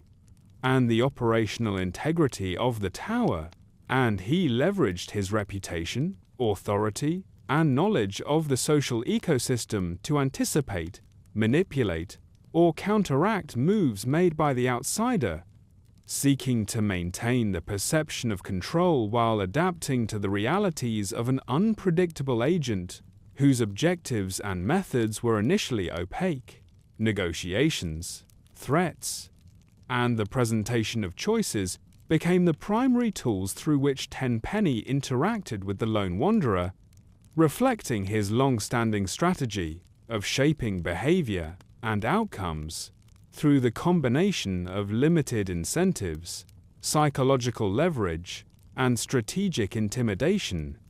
And while he maintained his core ideological positions, particularly regarding the exclusion of ghouls, the maintenance of social hierarchy, and the preservation of aesthetic and behavioral standards, he was compelled to confront the practical consequences of inflexibility, as the Lone Wanderer's interventions carried the capacity to undermine exclusionary policies, realign allegiances, or even threaten his personal safety, illustrating the inherent tension between his rigid philosophy and the unpredictable agency of actors operating outside his control. Tenpenny's responses included a spectrum of canonical interactions, ranging from attempts at conciliation, reasoning, and appeals to loyalty and propriety, to veiled threats, displays of force, and strategic manipulation of tower residents and hired enforcers such as Sheriff Gustavo, and he deployed these measures selectively based on real-time assessment of risk, influence, and potential outcomes, demonstrating a sophisticated, if ideologically motivated, understanding of both power dynamics and human behavior, and exemplifying the adaptive capacity required to maintain authority in a post-war context, where survival and control depended as much on perception, negotiation, and contingency management as on physical fortification or wealth accumulation. The canonical framework of these interactions allowed for multiple outcomes, each reflecting both the resilience and fragility of Tenpenny's authority. In some scenarios, the Lone Wanderer could negotiate compromises that partially addressed ghoul grievances while preserving tower hierarchy. In others, the outsider's actions could provoke conflict or rebellion that challenged internal cohesion, and in yet others, decisive action by the player could result in the removal or death of Tenpenny himself, demonstrating the contingent nature of power in a post-war society, and the ways in which even meticulously constructed hierarchies could be destabilized by an external agent capable of exercising moral judgment, strategic decision-making, and operational effectiveness. Throughout these engagements, Tenpenny's ideological and psychological frameworks were tested, as he confronted the limits of his exclusionary philosophy, the fragility of resident loyalty, and the potential consequences of underestimating an independent actor whose goals were aligned neither with his authority nor with his preconceptions of social order. And these encounters crystallized the broader thematic tensions of his legacy: the collision between rigid hierarchy and moral agency, the negotiation of power in a socially stratified environment, and the ethical dilemmas inherent in enforcing exclusivity in a world defined by scarcity, diversity, and persistent danger. Ultimately, the arrival of the lone wanderer marked the point at which Tenpenny's carefully constructed society, ideological rigidity, and operational authority were tested in ways that were both immediate and enduring, producing a range of canonical outcomes that reflected the contingency of post-war power, the interaction between morality and authority, and the persistent tension between ideology and practical governance. And it is through this turning point that scholars and observers can best understand the strengths, vulnerabilities, and moral contours of Tenpenny's leadership, the durability of his social and physical systems, and the enduring relevance of his story within the broader narrative of Fallout's exploration of civilization, power, and human behavior in the aftermath of global catastrophe. The ultimate fate of Allistair Tenpenny stands as one of the most illustrative examples of the fragile balance between authority, ideology, and contingency in the post-war Capital Wasteland, a figure whose carefully constructed social, economic, and psychological empire could be disrupted, undermined, or reinforced depending upon the choices and interventions of external agents, and whose end, whether through death, survival, or displacement, reflects the contingent and morally complex realities of leadership in a fractured, irradiated society where power is inseparable from perception, adaptability, and the control of both people and resources. In canonical terms, Tenpenny's death can occur under multiple circumstances, each mediated by the actions of key actors such as Mr. Burke, Sheriff Gustavo, or the Lone Wanderer, and each outcome reveals different aspects of his vulnerabilities, his strategic thinking, and the limits of the systems he erected, demonstrating that even a man who spent decades meticulously curating social hierarchies, reinforcing psychological control, and projecting authority across a hazardous region, remained susceptible to forces outside his control, including betrayal, direct confrontation, and moral opposition from those he underestimated. Whether human, post-human, or morally independent, one possible canonical end involves Mr. Burke, the opportunistic entrepreneur and merchant whose dealings with Tenpenny were simultaneously collaborative and competitive, exploiting the vulnerabilities in Tenpenny's ideological and operational framework, particularly his reliance on delegated enforcement and the concentration of control over wealth and resources, as Burke's ambition, cunning, and willingness to act decisively allowed him to orchestrate a scenario in which Tenpenny could be assassinated or eliminated, a conclusion that underscores the limits of authority built on hierarchy and intimidation alone, revealing how a carefully constructed social and economic monopoly can collapse when confronted with a rival possessing strategic insight, opportunistic ruthlessness, and the ability to operate outside established norms of loyalty and ethics. And in doing so, this outcome demonstrates that post-war power is always contingent, even for the most meticulous and ideologically entrenched leaders. Another canonical outcome involves the intervention of the lone wanderer, whose presence and moral agency disrupt the social equilibrium within Tenpenny Tower, offering opportunities for confrontation, negotiation, or coercion that can result in Tenpenny's death, removal from power, or survival under altered conditions. And these scenarios emphasize the role of independent actors in destabilizing entrenched hierarchies, revealing both the moral and practical consequences of authority exercised in isolation, and illustrating that Tenpenny's power, while formidable within the tower's walls, was not absolute when confronted with individuals capable of leveraging moral argumentation, tactical skill, and strategic foresight to challenge both ideology and enforcement structures. Yet a third canonical trajectory considers the role of Sheriff Gustavo, whose loyalty, competence, and access to operational enforcement allow him, under certain circumstances, to act decisively against Tenpenny, whether in alignment with external actors or in response to perceived breaches of protocol, insubordination, or threats to tower cohesion. And in this scenario, Tenpenny's survival, or demise, is contingent not only upon his own strategic awareness, but also upon the reliability and motivations of his subordinates,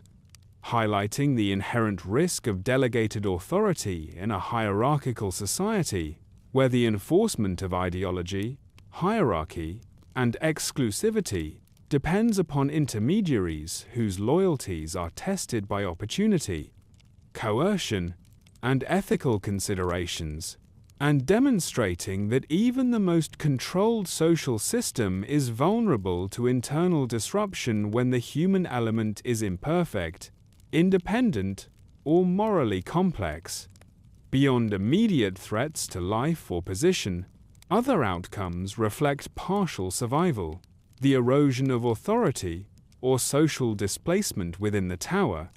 whereby Tenpenny may retain physical safety while losing control over resident behavior, ideological compliance, or resource management, illustrating that power in the post-war Capital Wasteland is multidimensional, extending beyond mere survival to include the maintenance of authority, perception, and influence, and that a leader can persist physically, yet suffer strategic, psychological, and social defeat if external pressures, internal dissent, or the moral intervention of independent actors shift the balance of control, revealing the subtle and pervasive fragility of even the most fortified hierarchies. All canonical possibilities converge on the thematic principle that Tenpenny's authority, no matter how comprehensive or ideologically justified, was contingent upon a combination of perception, loyalty, enforcement, and adaptability, and that each potential fate, death at the hands of Mr. Burke, removal or moral defeat by the lone wanderer, or betrayal by Gustavo, demonstrates the interplay between personal philosophy, hierarchical enforcement, and external agency in shaping outcomes in a post-apocalyptic environment, and underscores the broader lessons of Fallout's exploration of power, morality, and contingency, illustrating that survival, wealth, and control are never guaranteed, even for those who believe themselves untouchable, and that the moral, psychological, and strategic dimensions of leadership are as critical to longevity as physical fortification or the accumulation of resources. Furthermore, the multiplicity of outcomes emphasizes the narrative richness of the Capital Wasteland, wherein player choice, character agency, and ethical judgment intersect to produce divergent trajectories that illuminate both the strengths and limitations of Tenpenny's ideology, the structural integrity of the tower, and the resilience, or fragility, of post-war social hierarchies. And in doing so, the variations of Tenpenny's fate serve as a case study in how post-apocalyptic societies negotiate power, morality, and survival, revealing that the control of environment, perception, and obedience, while essential, is always incomplete in the face of independent action, strategic opportunism, and the moral contingencies of human or post-human interaction. In sum, the many possible fates of Allistair Tenpenny reflect not only the contingencies inherent in his personal and ideological systems, but also the broader dynamics of post-war leadership, in which authority, ideology, and enforcement are continually tested against the unpredictable behavior of actors both within and outside one's domain, and where the ultimate judgment of power is measured not merely by longevity or wealth, but by the ability to preserve influence, enforce principles, and maintain social cohesion amid the constant flux of a fragmented, irradiated, and morally complex world, making Tenpenny's narrative a central study in the interplay of human ambition, structural control, and the inescapable consequences of choice in the Capital Wasteland. The aftermath within Tenpenny Tower following the interventions of the Lone Wanderer or the deaths of Allistair Tenpenny and his key enforcers represents a critical juncture in which the carefully constructed social, economic,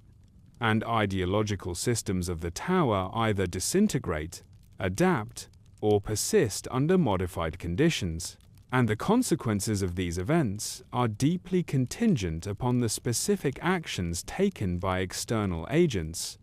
the loyalty of residents and subordinates, and the ability of surviving actors to maintain, or fail to maintain, the balance of power, resources, and psychological authority that Tenpenny had spent decades cultivating. And this period is defined by a mixture of uncertainty, opportunity, and conflict that illuminates the structural strengths and weaknesses inherent in post-war enclaves,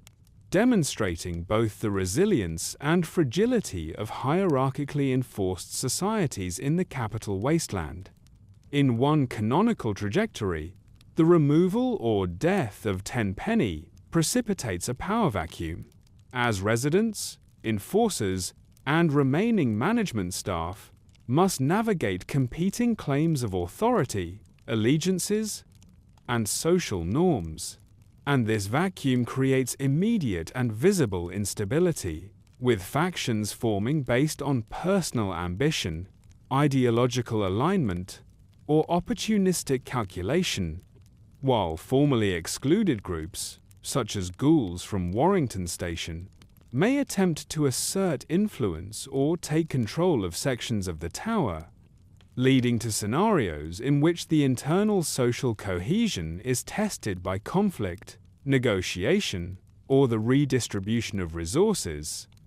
and the physical and psychological infrastructure that Tenpenny relied upon, surveillance, loyalty, fear, and economic leverage, faces rapid recalibration in the absence of his authoritative presence. The arrival or intervention of the Lone Wanderer in these circumstances often serves as a catalyst for structural change, as the player character's moral decisions, tactical actions, and diplomatic choices can accelerate, moderate, or resolve internal disputes, with the potential for the tower to descend into chaos, achieve a tenuous peace, or transform under a new social hierarchy. And these outcomes underscore the contingency of post-war governance, illustrating that even the most meticulously designed social, ideological, and physical systems remain vulnerable to unpredictable actors and ethical intervention, and that the fate of an enclave depends as much on perception, negotiation, and action as on walls, wealth, and weaponry. In scenarios where the ghouls succeed in gaining influence or partial control, Tenpenny Tower becomes a microcosm of broader post-war societal tensions, as inclusion, prejudice, and the redistribution of power come to the fore, and the internal culture shifts to reflect the integration of formerly marginalized groups, often producing both cooperation and conflict among residents as long-standing hierarchies are challenged and redefined. And these internal transformations demonstrate the durability of human adaptability, the ethical complexities of post-apocalyptic society, and the profound impact that individual agency can exert upon institutional structures, particularly in environments previously defined by rigid exclusion and hierarchical control. Alternatively, if Tenpenny survives but is displaced or his authority undermined, the aftermath is characterized by the erosion of centralized power, as enforcers, residents, and external factions adjust to a leader whose ideological dominance is no longer absolute, leading to compromises, renegotiations of loyalty, and the selective relaxation of previously rigid rules. And this scenario highlights the limits of personal ideology and coercive authority, showing that even a figure as calculated and strategic as Tenpenny must contend with the consequences of diminished influence, the unpredictability of human behavior, and the need to reconcile philosophical principles with practical exigencies, a tension that manifests in both the social order of the tower and the broader perception of its stability within the Capital Wasteland. The use of hired enforcers and internal security personnel, particularly Sheriff Gustavo or other loyal operatives, plays a critical role in determining the trajectory of these aftermath scenarios, as their decisions, loyalties, and actions either reinforce the residual authority of Tenpenny or contribute to the decentralization and potential chaos of the Enclave, and their influence exemplifies the delicate balance between delegated authority and personal leadership in post-war societies, showing that the concentration of power is only as resilient as the reliability of those entrusted to enforce it, and that hierarchical structures are perpetually vulnerable to disruption when human motives, moral judgments, or external pressures diverge from established norms. Economically, the aftermath also challenges the sustainability of the tower's wealth, resource flows, and trade networks, as caravan operators, external merchants, and scavenger groups respond to shifts in authority and the resulting instability, adjusting access, pricing, and alliances, and these economic recalibrations illustrate the interconnectedness of post-war survival, governance, and commerce, showing that the stability of a single enclave relies on both internal cohesion and external perception, and that disruption in one domain, political, social, or ethical, can reverberate across operational and economic structures, producing consequences that extend far beyond the immediate physical space of the tower. Morally and ideologically, the aftermath illuminates the consequences of Tenpenny's philosophies, as decisions made by residents, the lone wanderer, or external actors reflect the ethical implications of exclusivity, prejudice, and hierarchical enforcement, with outcomes ranging from violent retribution against marginalized groups to negotiated settlements that acknowledge previous inequities. And these results provide a living case study in the ways in which post-apocalyptic communities must reconcile survival imperatives with the moral demands of inclusion, fairness, and social cohesion, demonstrating that the legacies of leadership are never confined to the lifetime of a single individual, but are instead realized through the ongoing interactions, decisions, and adaptations of all members of the social ecosystem. In all canonical permutations, the aftermath of Tenpenny Tower underscores the precariousness of authority grounded in fear, exclusion, and ideology,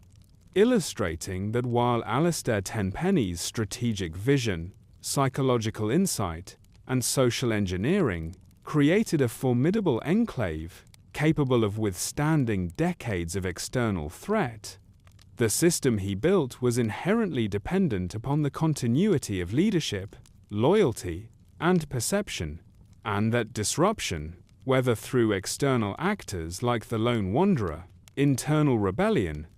or the moral challenge posed by formerly excluded groups, could rapidly shift the balance of power, transform social hierarchies, and redefine the culture of the tower, producing consequences that were both immediate and enduring, and that reflected the broader challenges of maintaining civilization in a post-nuclear world. Ultimately, the aftermath within Tenpenny Tower functions as a testament to the complexity, contingency, and moral ambiguity of post-war governance, showing that the survival of an enclave depends not solely on walls, wealth, or firepower, but on the interplay between ideology, social cohesion, delegated enforcement, and the capacity of individuals to exercise agency in ways that either reinforce or disrupt established structures, and the canonical variations of these outcomes provide an enduring lens through which historians, scholars, and players may examine the fragile equilibrium between authority, morality, and survival that defined Allistair Tenpenny's legacy in the Capital Wasteland, and that continue to shape the narrative and ethical significance of one of Fallout's most iconic post-war settlements. Allistair Tenpenny's figure within the Capital Wasteland transcends the personal narrative of wealth accumulation, social engineering, and ideological enforcement to become a broader archetype, representing the interplay of elitism, exclusivity, and moral rigidity in a post-apocalyptic society, where the collapse of central authority has created both opportunities and existential hazards for those willing and able to seize power. And the study of Tenpenny as a symbolic figure illuminates recurring patterns of post-war human behavior. The psychological consequences of survival in extreme conditions, and the ethical dilemmas inherent in constructing social hierarchies amidst scarcity, radiation, and the constant threat of violence. In his physical and social construction of Tenpenny Tower, the archetype is made manifest, as the tower itself functions as a vertical metaphor for human aspiration, privilege, and separation from the chaos below, reflecting a worldview in which isolation, fortification, and exclusivity are interpreted as both rational survival strategies and moral imperatives, and the structure becomes an enduring symbol of how post-war individuals seek to insulate themselves from the perceived moral and physical dangers of the wasteland, asserting control over their immediate environment, while simultaneously projecting authority and imposing ideological conformity upon those within its walls, and by extension upon the wider society that interacts with it. Tenpenny's insistence on social hierarchy, refinement, and exclusion of ghouls and other marginalized groups encapsulates the broader human tendency to conflate aesthetic, behavioral, and ideological conformity with ethical worth, producing a model of post-war leadership in which the deserving and the undeserving are delineated according to criteria that are simultaneously pragmatic, psychological, and moral, and in this sense he functions as a cautionary archetype, exemplifying both the effectiveness and the ethical perils of governance built upon fear, ideology, and selective inclusion, and highlighting the ways in which power, wealth, and authority can be used to enforce social norms while perpetuating prejudice, exclusion, and systemic inequality. The Tenpenny archetype further reflects the enduring tension between individual agency and structural control, as his dominance over tower residents, hired enforcers, and economic networks demonstrates the capacity of a single actor to shape social and material outcomes within a defined domain, yet also underscores the inherent vulnerabilities of such centralized authority,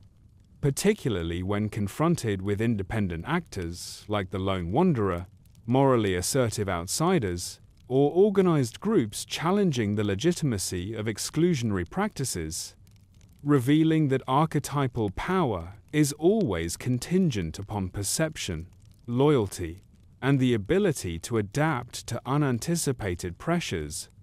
and that even seemingly unassailable hierarchies are susceptible to disruption through ethical, strategic, or forceful intervention. Psychologically, Tenpenny embodies the post-war synthesis of fear, pragmatism, and elitism, illustrating how prolonged exposure to environmental hazards, social instability, and human unpredictability can transform an individual into a figure both visionary and tyrannical,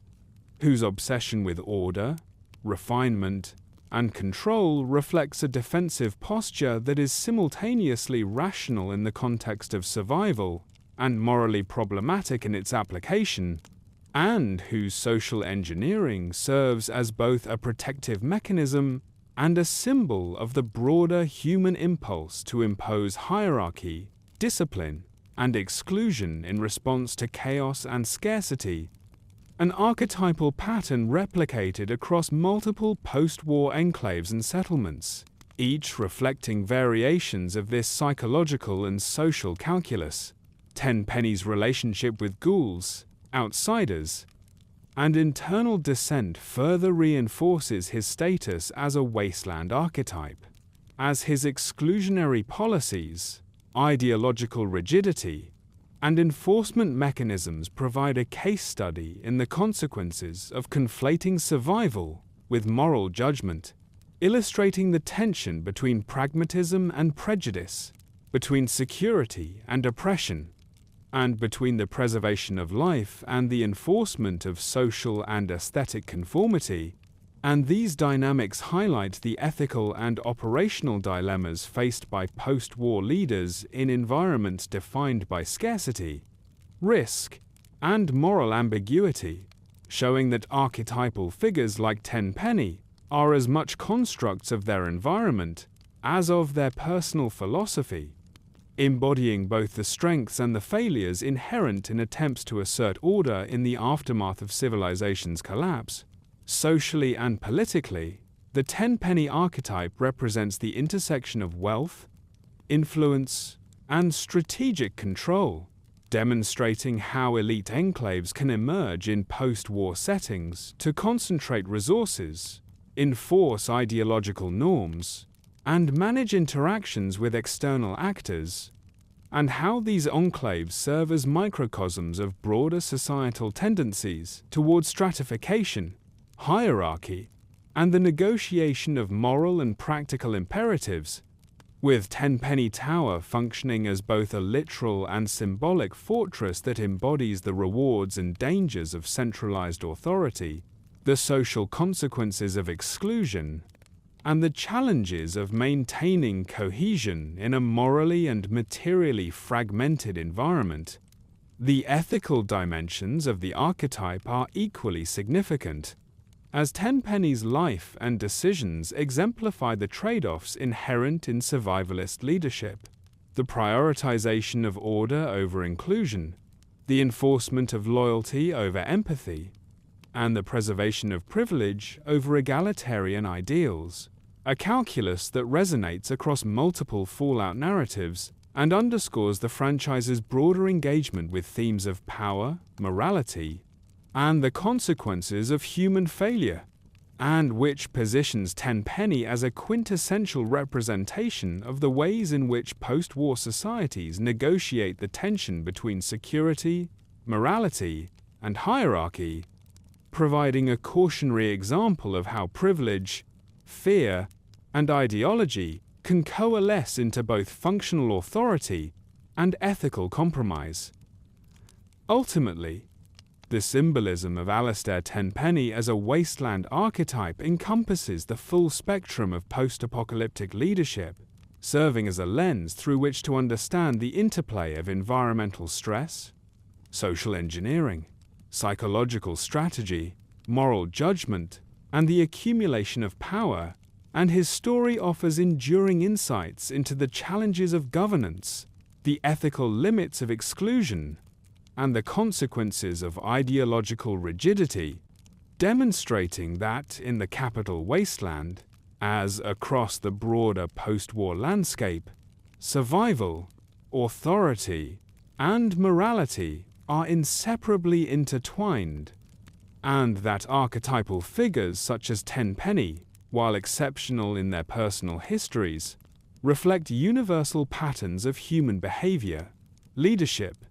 and ethical negotiation in the aftermath of civilization's collapse, leaving a legacy that continues to inform both narrative interpretation and moral reflection within the Fallout universe.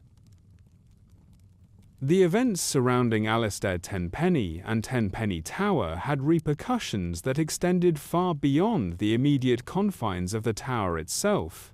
influencing the social, economic, and moral landscape of the Capital Wasteland in ways that were both tangible and symbolic, and the broader historical impact of his actions illustrates the complex interplay between concentrated power, ideological enforcement, and the dynamic post-apocalyptic environment in which every decision resonated across settlements, trade networks, and factions, ultimately shaping regional norms, perceptions of authority, and patterns of interaction among human and post-human populations. The tower's existence as a fortified enclave of wealth and exclusivity established a precedent for elite-controlled settlements, demonstrating that concentrated access to pre-war technology, resources, and security could create social microcosms that replicated and amplified pre-war hierarchies, and that these microcosms could influence neighboring communities by setting standards of behavior, trade expectations, and moral valuation, as well as by exerting political and economic pressure on caravans, mercenary bands, and independent settlements, a dynamic that reinforced both the practical and symbolic authority of Tenpenny and underscored the ways in which power, wealth, and social engineering could radiate influence beyond a single physical location. Tenpenny's policies of exclusion, particularly regarding ghouls and other marginalized groups, had long-lasting consequences for inter-community relations, as his refusal to integrate or accommodate these populations created flashpoints of conflict and moral debate, and contributed to the perception of the Capital Wasteland as a region divided along lines of species, ideology, and perceived worthiness, with repercussions that affected trade, diplomacy, and security arrangements across settlements, highlighting the broader social and ethical ripple effects of the tower's governance, and reinforcing the notion that individual leaders' philosophies could materially and morally shape post-war society in ways that persisted long after their direct influence had waned. The historical impact of Tenpenny Tower was further amplified by its strategic location and visibility, as the structure became both a literal landmark and a symbolic representation of centralized power, privilege, and social hierarchy, and as such, it influenced the decisions and behaviors of wandering traders, caravans, mercenary groups, and raider factions, who either sought to interact with it,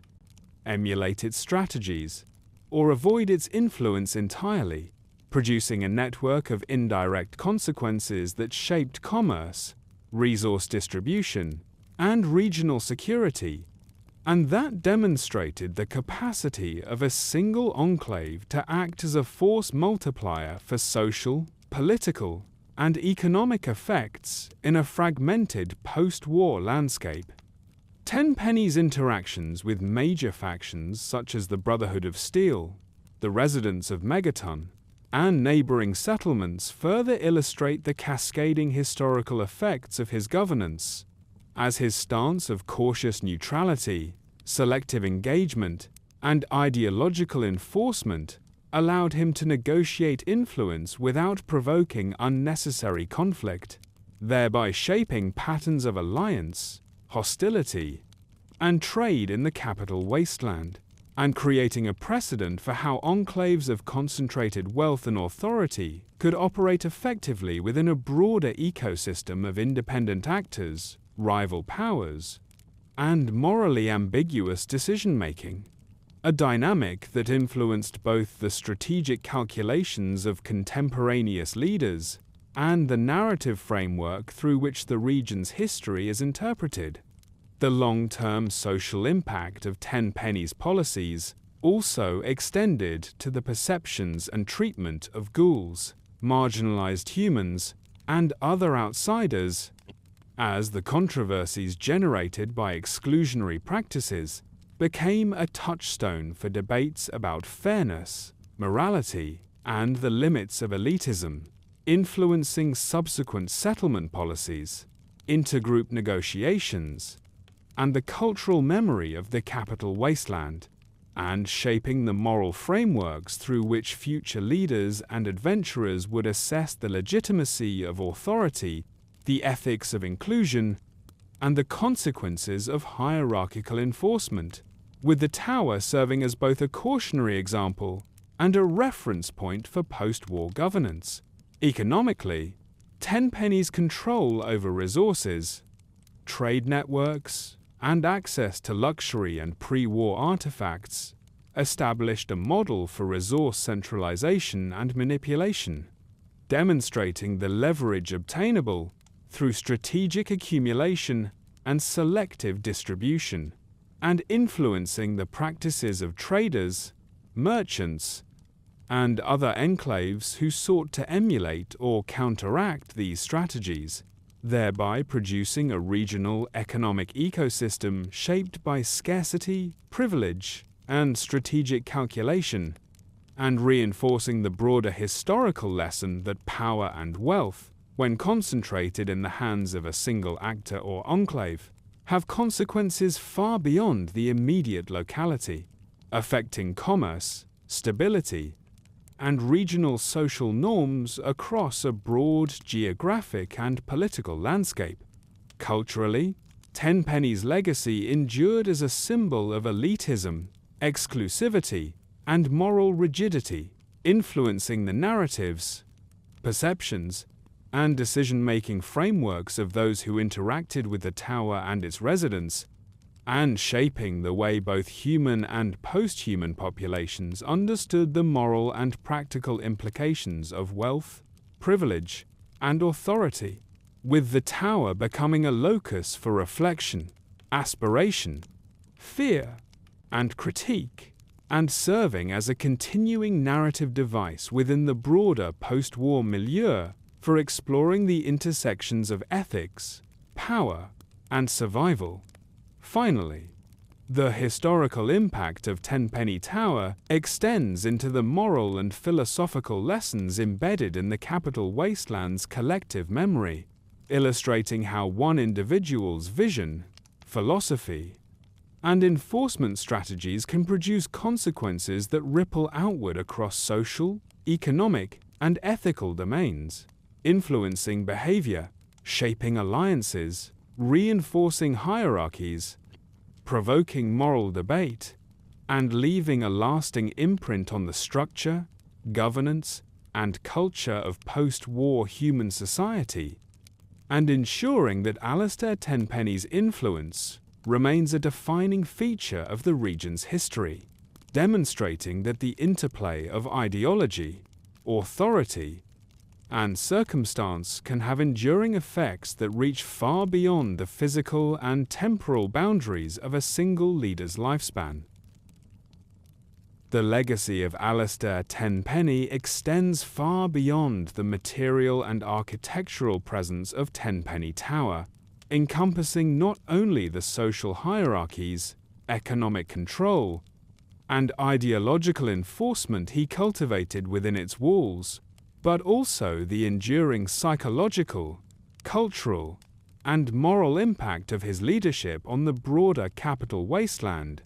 And his story serves as a multifaceted lens through which scholars, survivors, and chroniclers of post-war society can examine the complex intersections of power, morality, and human behavior in an environment defined by scarcity, danger, and the collapse of centralized governance. And it is this comprehensive imprint that solidifies Tenpenny as both a historical figure and a symbol, embodying the consequences of concentrated authority, the challenges of ethical decision-making, and the tensions inherent in survivalist leadership. Materially, Tenpenny's influence persists in the tower's continued operation, whether under his continued rule, the governance of subordinates such as Sheriff Gustavo, or the negotiated authority established following his death, as the architectural design, defensive infrastructure, and resource management strategies he implemented continue to define daily life for residents, shape trade and security practices, and serve as a tangible reminder of the values and priorities he instilled. And even in scenarios where his personal control is diminished, the structural and operational frameworks of the tower reflect his enduring imprint, demonstrating that leadership in the post-war Capital Wasteland is not solely dependent on presence, but is codified through design, policy, and the delegation of authority. Socially and culturally, Tenpenny's legacy manifests in the hierarchical norms, behavioral expectations, and ideological frameworks that persisted long after his interventions, as his insistence on exclusivity, refinement, and order created enduring social divisions, codified perceptions of worthiness, and produced lasting conflicts over inclusion and governance, most notably regarding ghouls and marginalized populations. And these social structures not only influenced interactions within the tower, but also reverberated across the region, shaping settlement policies, trade relations, and inter-community perceptions, and embedding his worldview into the broader moral and ethical consciousness of the Capital Wasteland, a phenomenon that illustrates the capacity of post-war leaders to transmit ideology and social norms across time and space, even in environments of extreme instability and flux. Morally and philosophically, Tenpenny's legacy functions as a cautionary exemplar of the ethical perils and practical consequences inherent in post-apocalyptic leadership, as his combination of ideological rigidity, exclusionary practices, and hierarchical enforcement demonstrates both the potential efficacy and the moral cost of survival strategies premised on fear, control, and selective inclusion. And his story challenges observers to consider the limits of authority,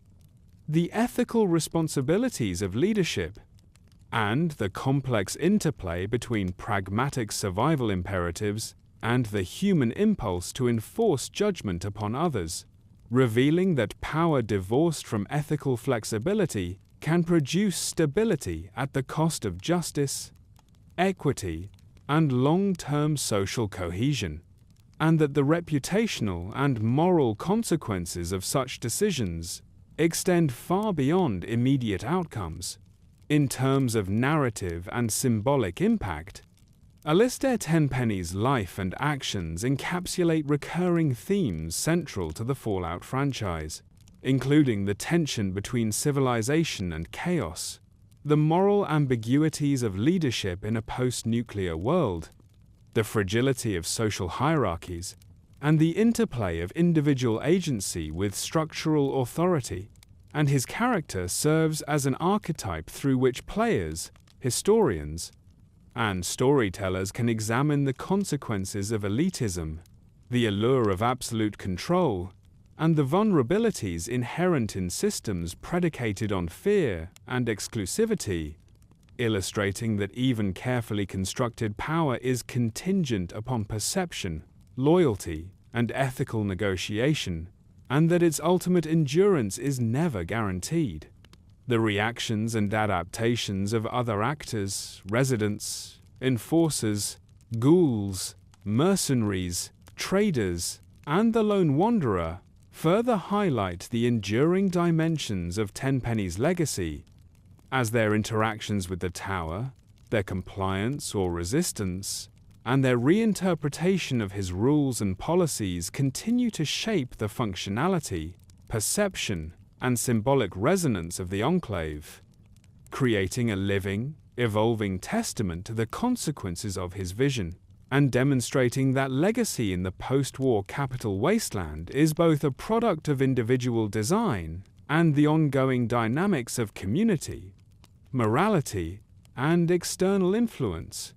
Historically, Tenpenny's influence is inseparable from the broader narrative of the Capital Wasteland, as his actions contributed to economic patterns, social stratification, factional dynamics, and moral discourse in the region, and the outcomes of his life, whether death, survival, or ideological persistence, serve as pivotal reference points for understanding the mechanisms of post-war power, the consequences of exclusionary governance, and the ways in which individual actors can leave a lasting imprint on both material and social landscapes, illustrating that even in the aftermath of civilization's collapse, human ingenuity, ambition, and philosophy can have effects that ripple far beyond immediate circumstances, shaping the region's ethical, cultural, and political terrain for years to come. Ultimately,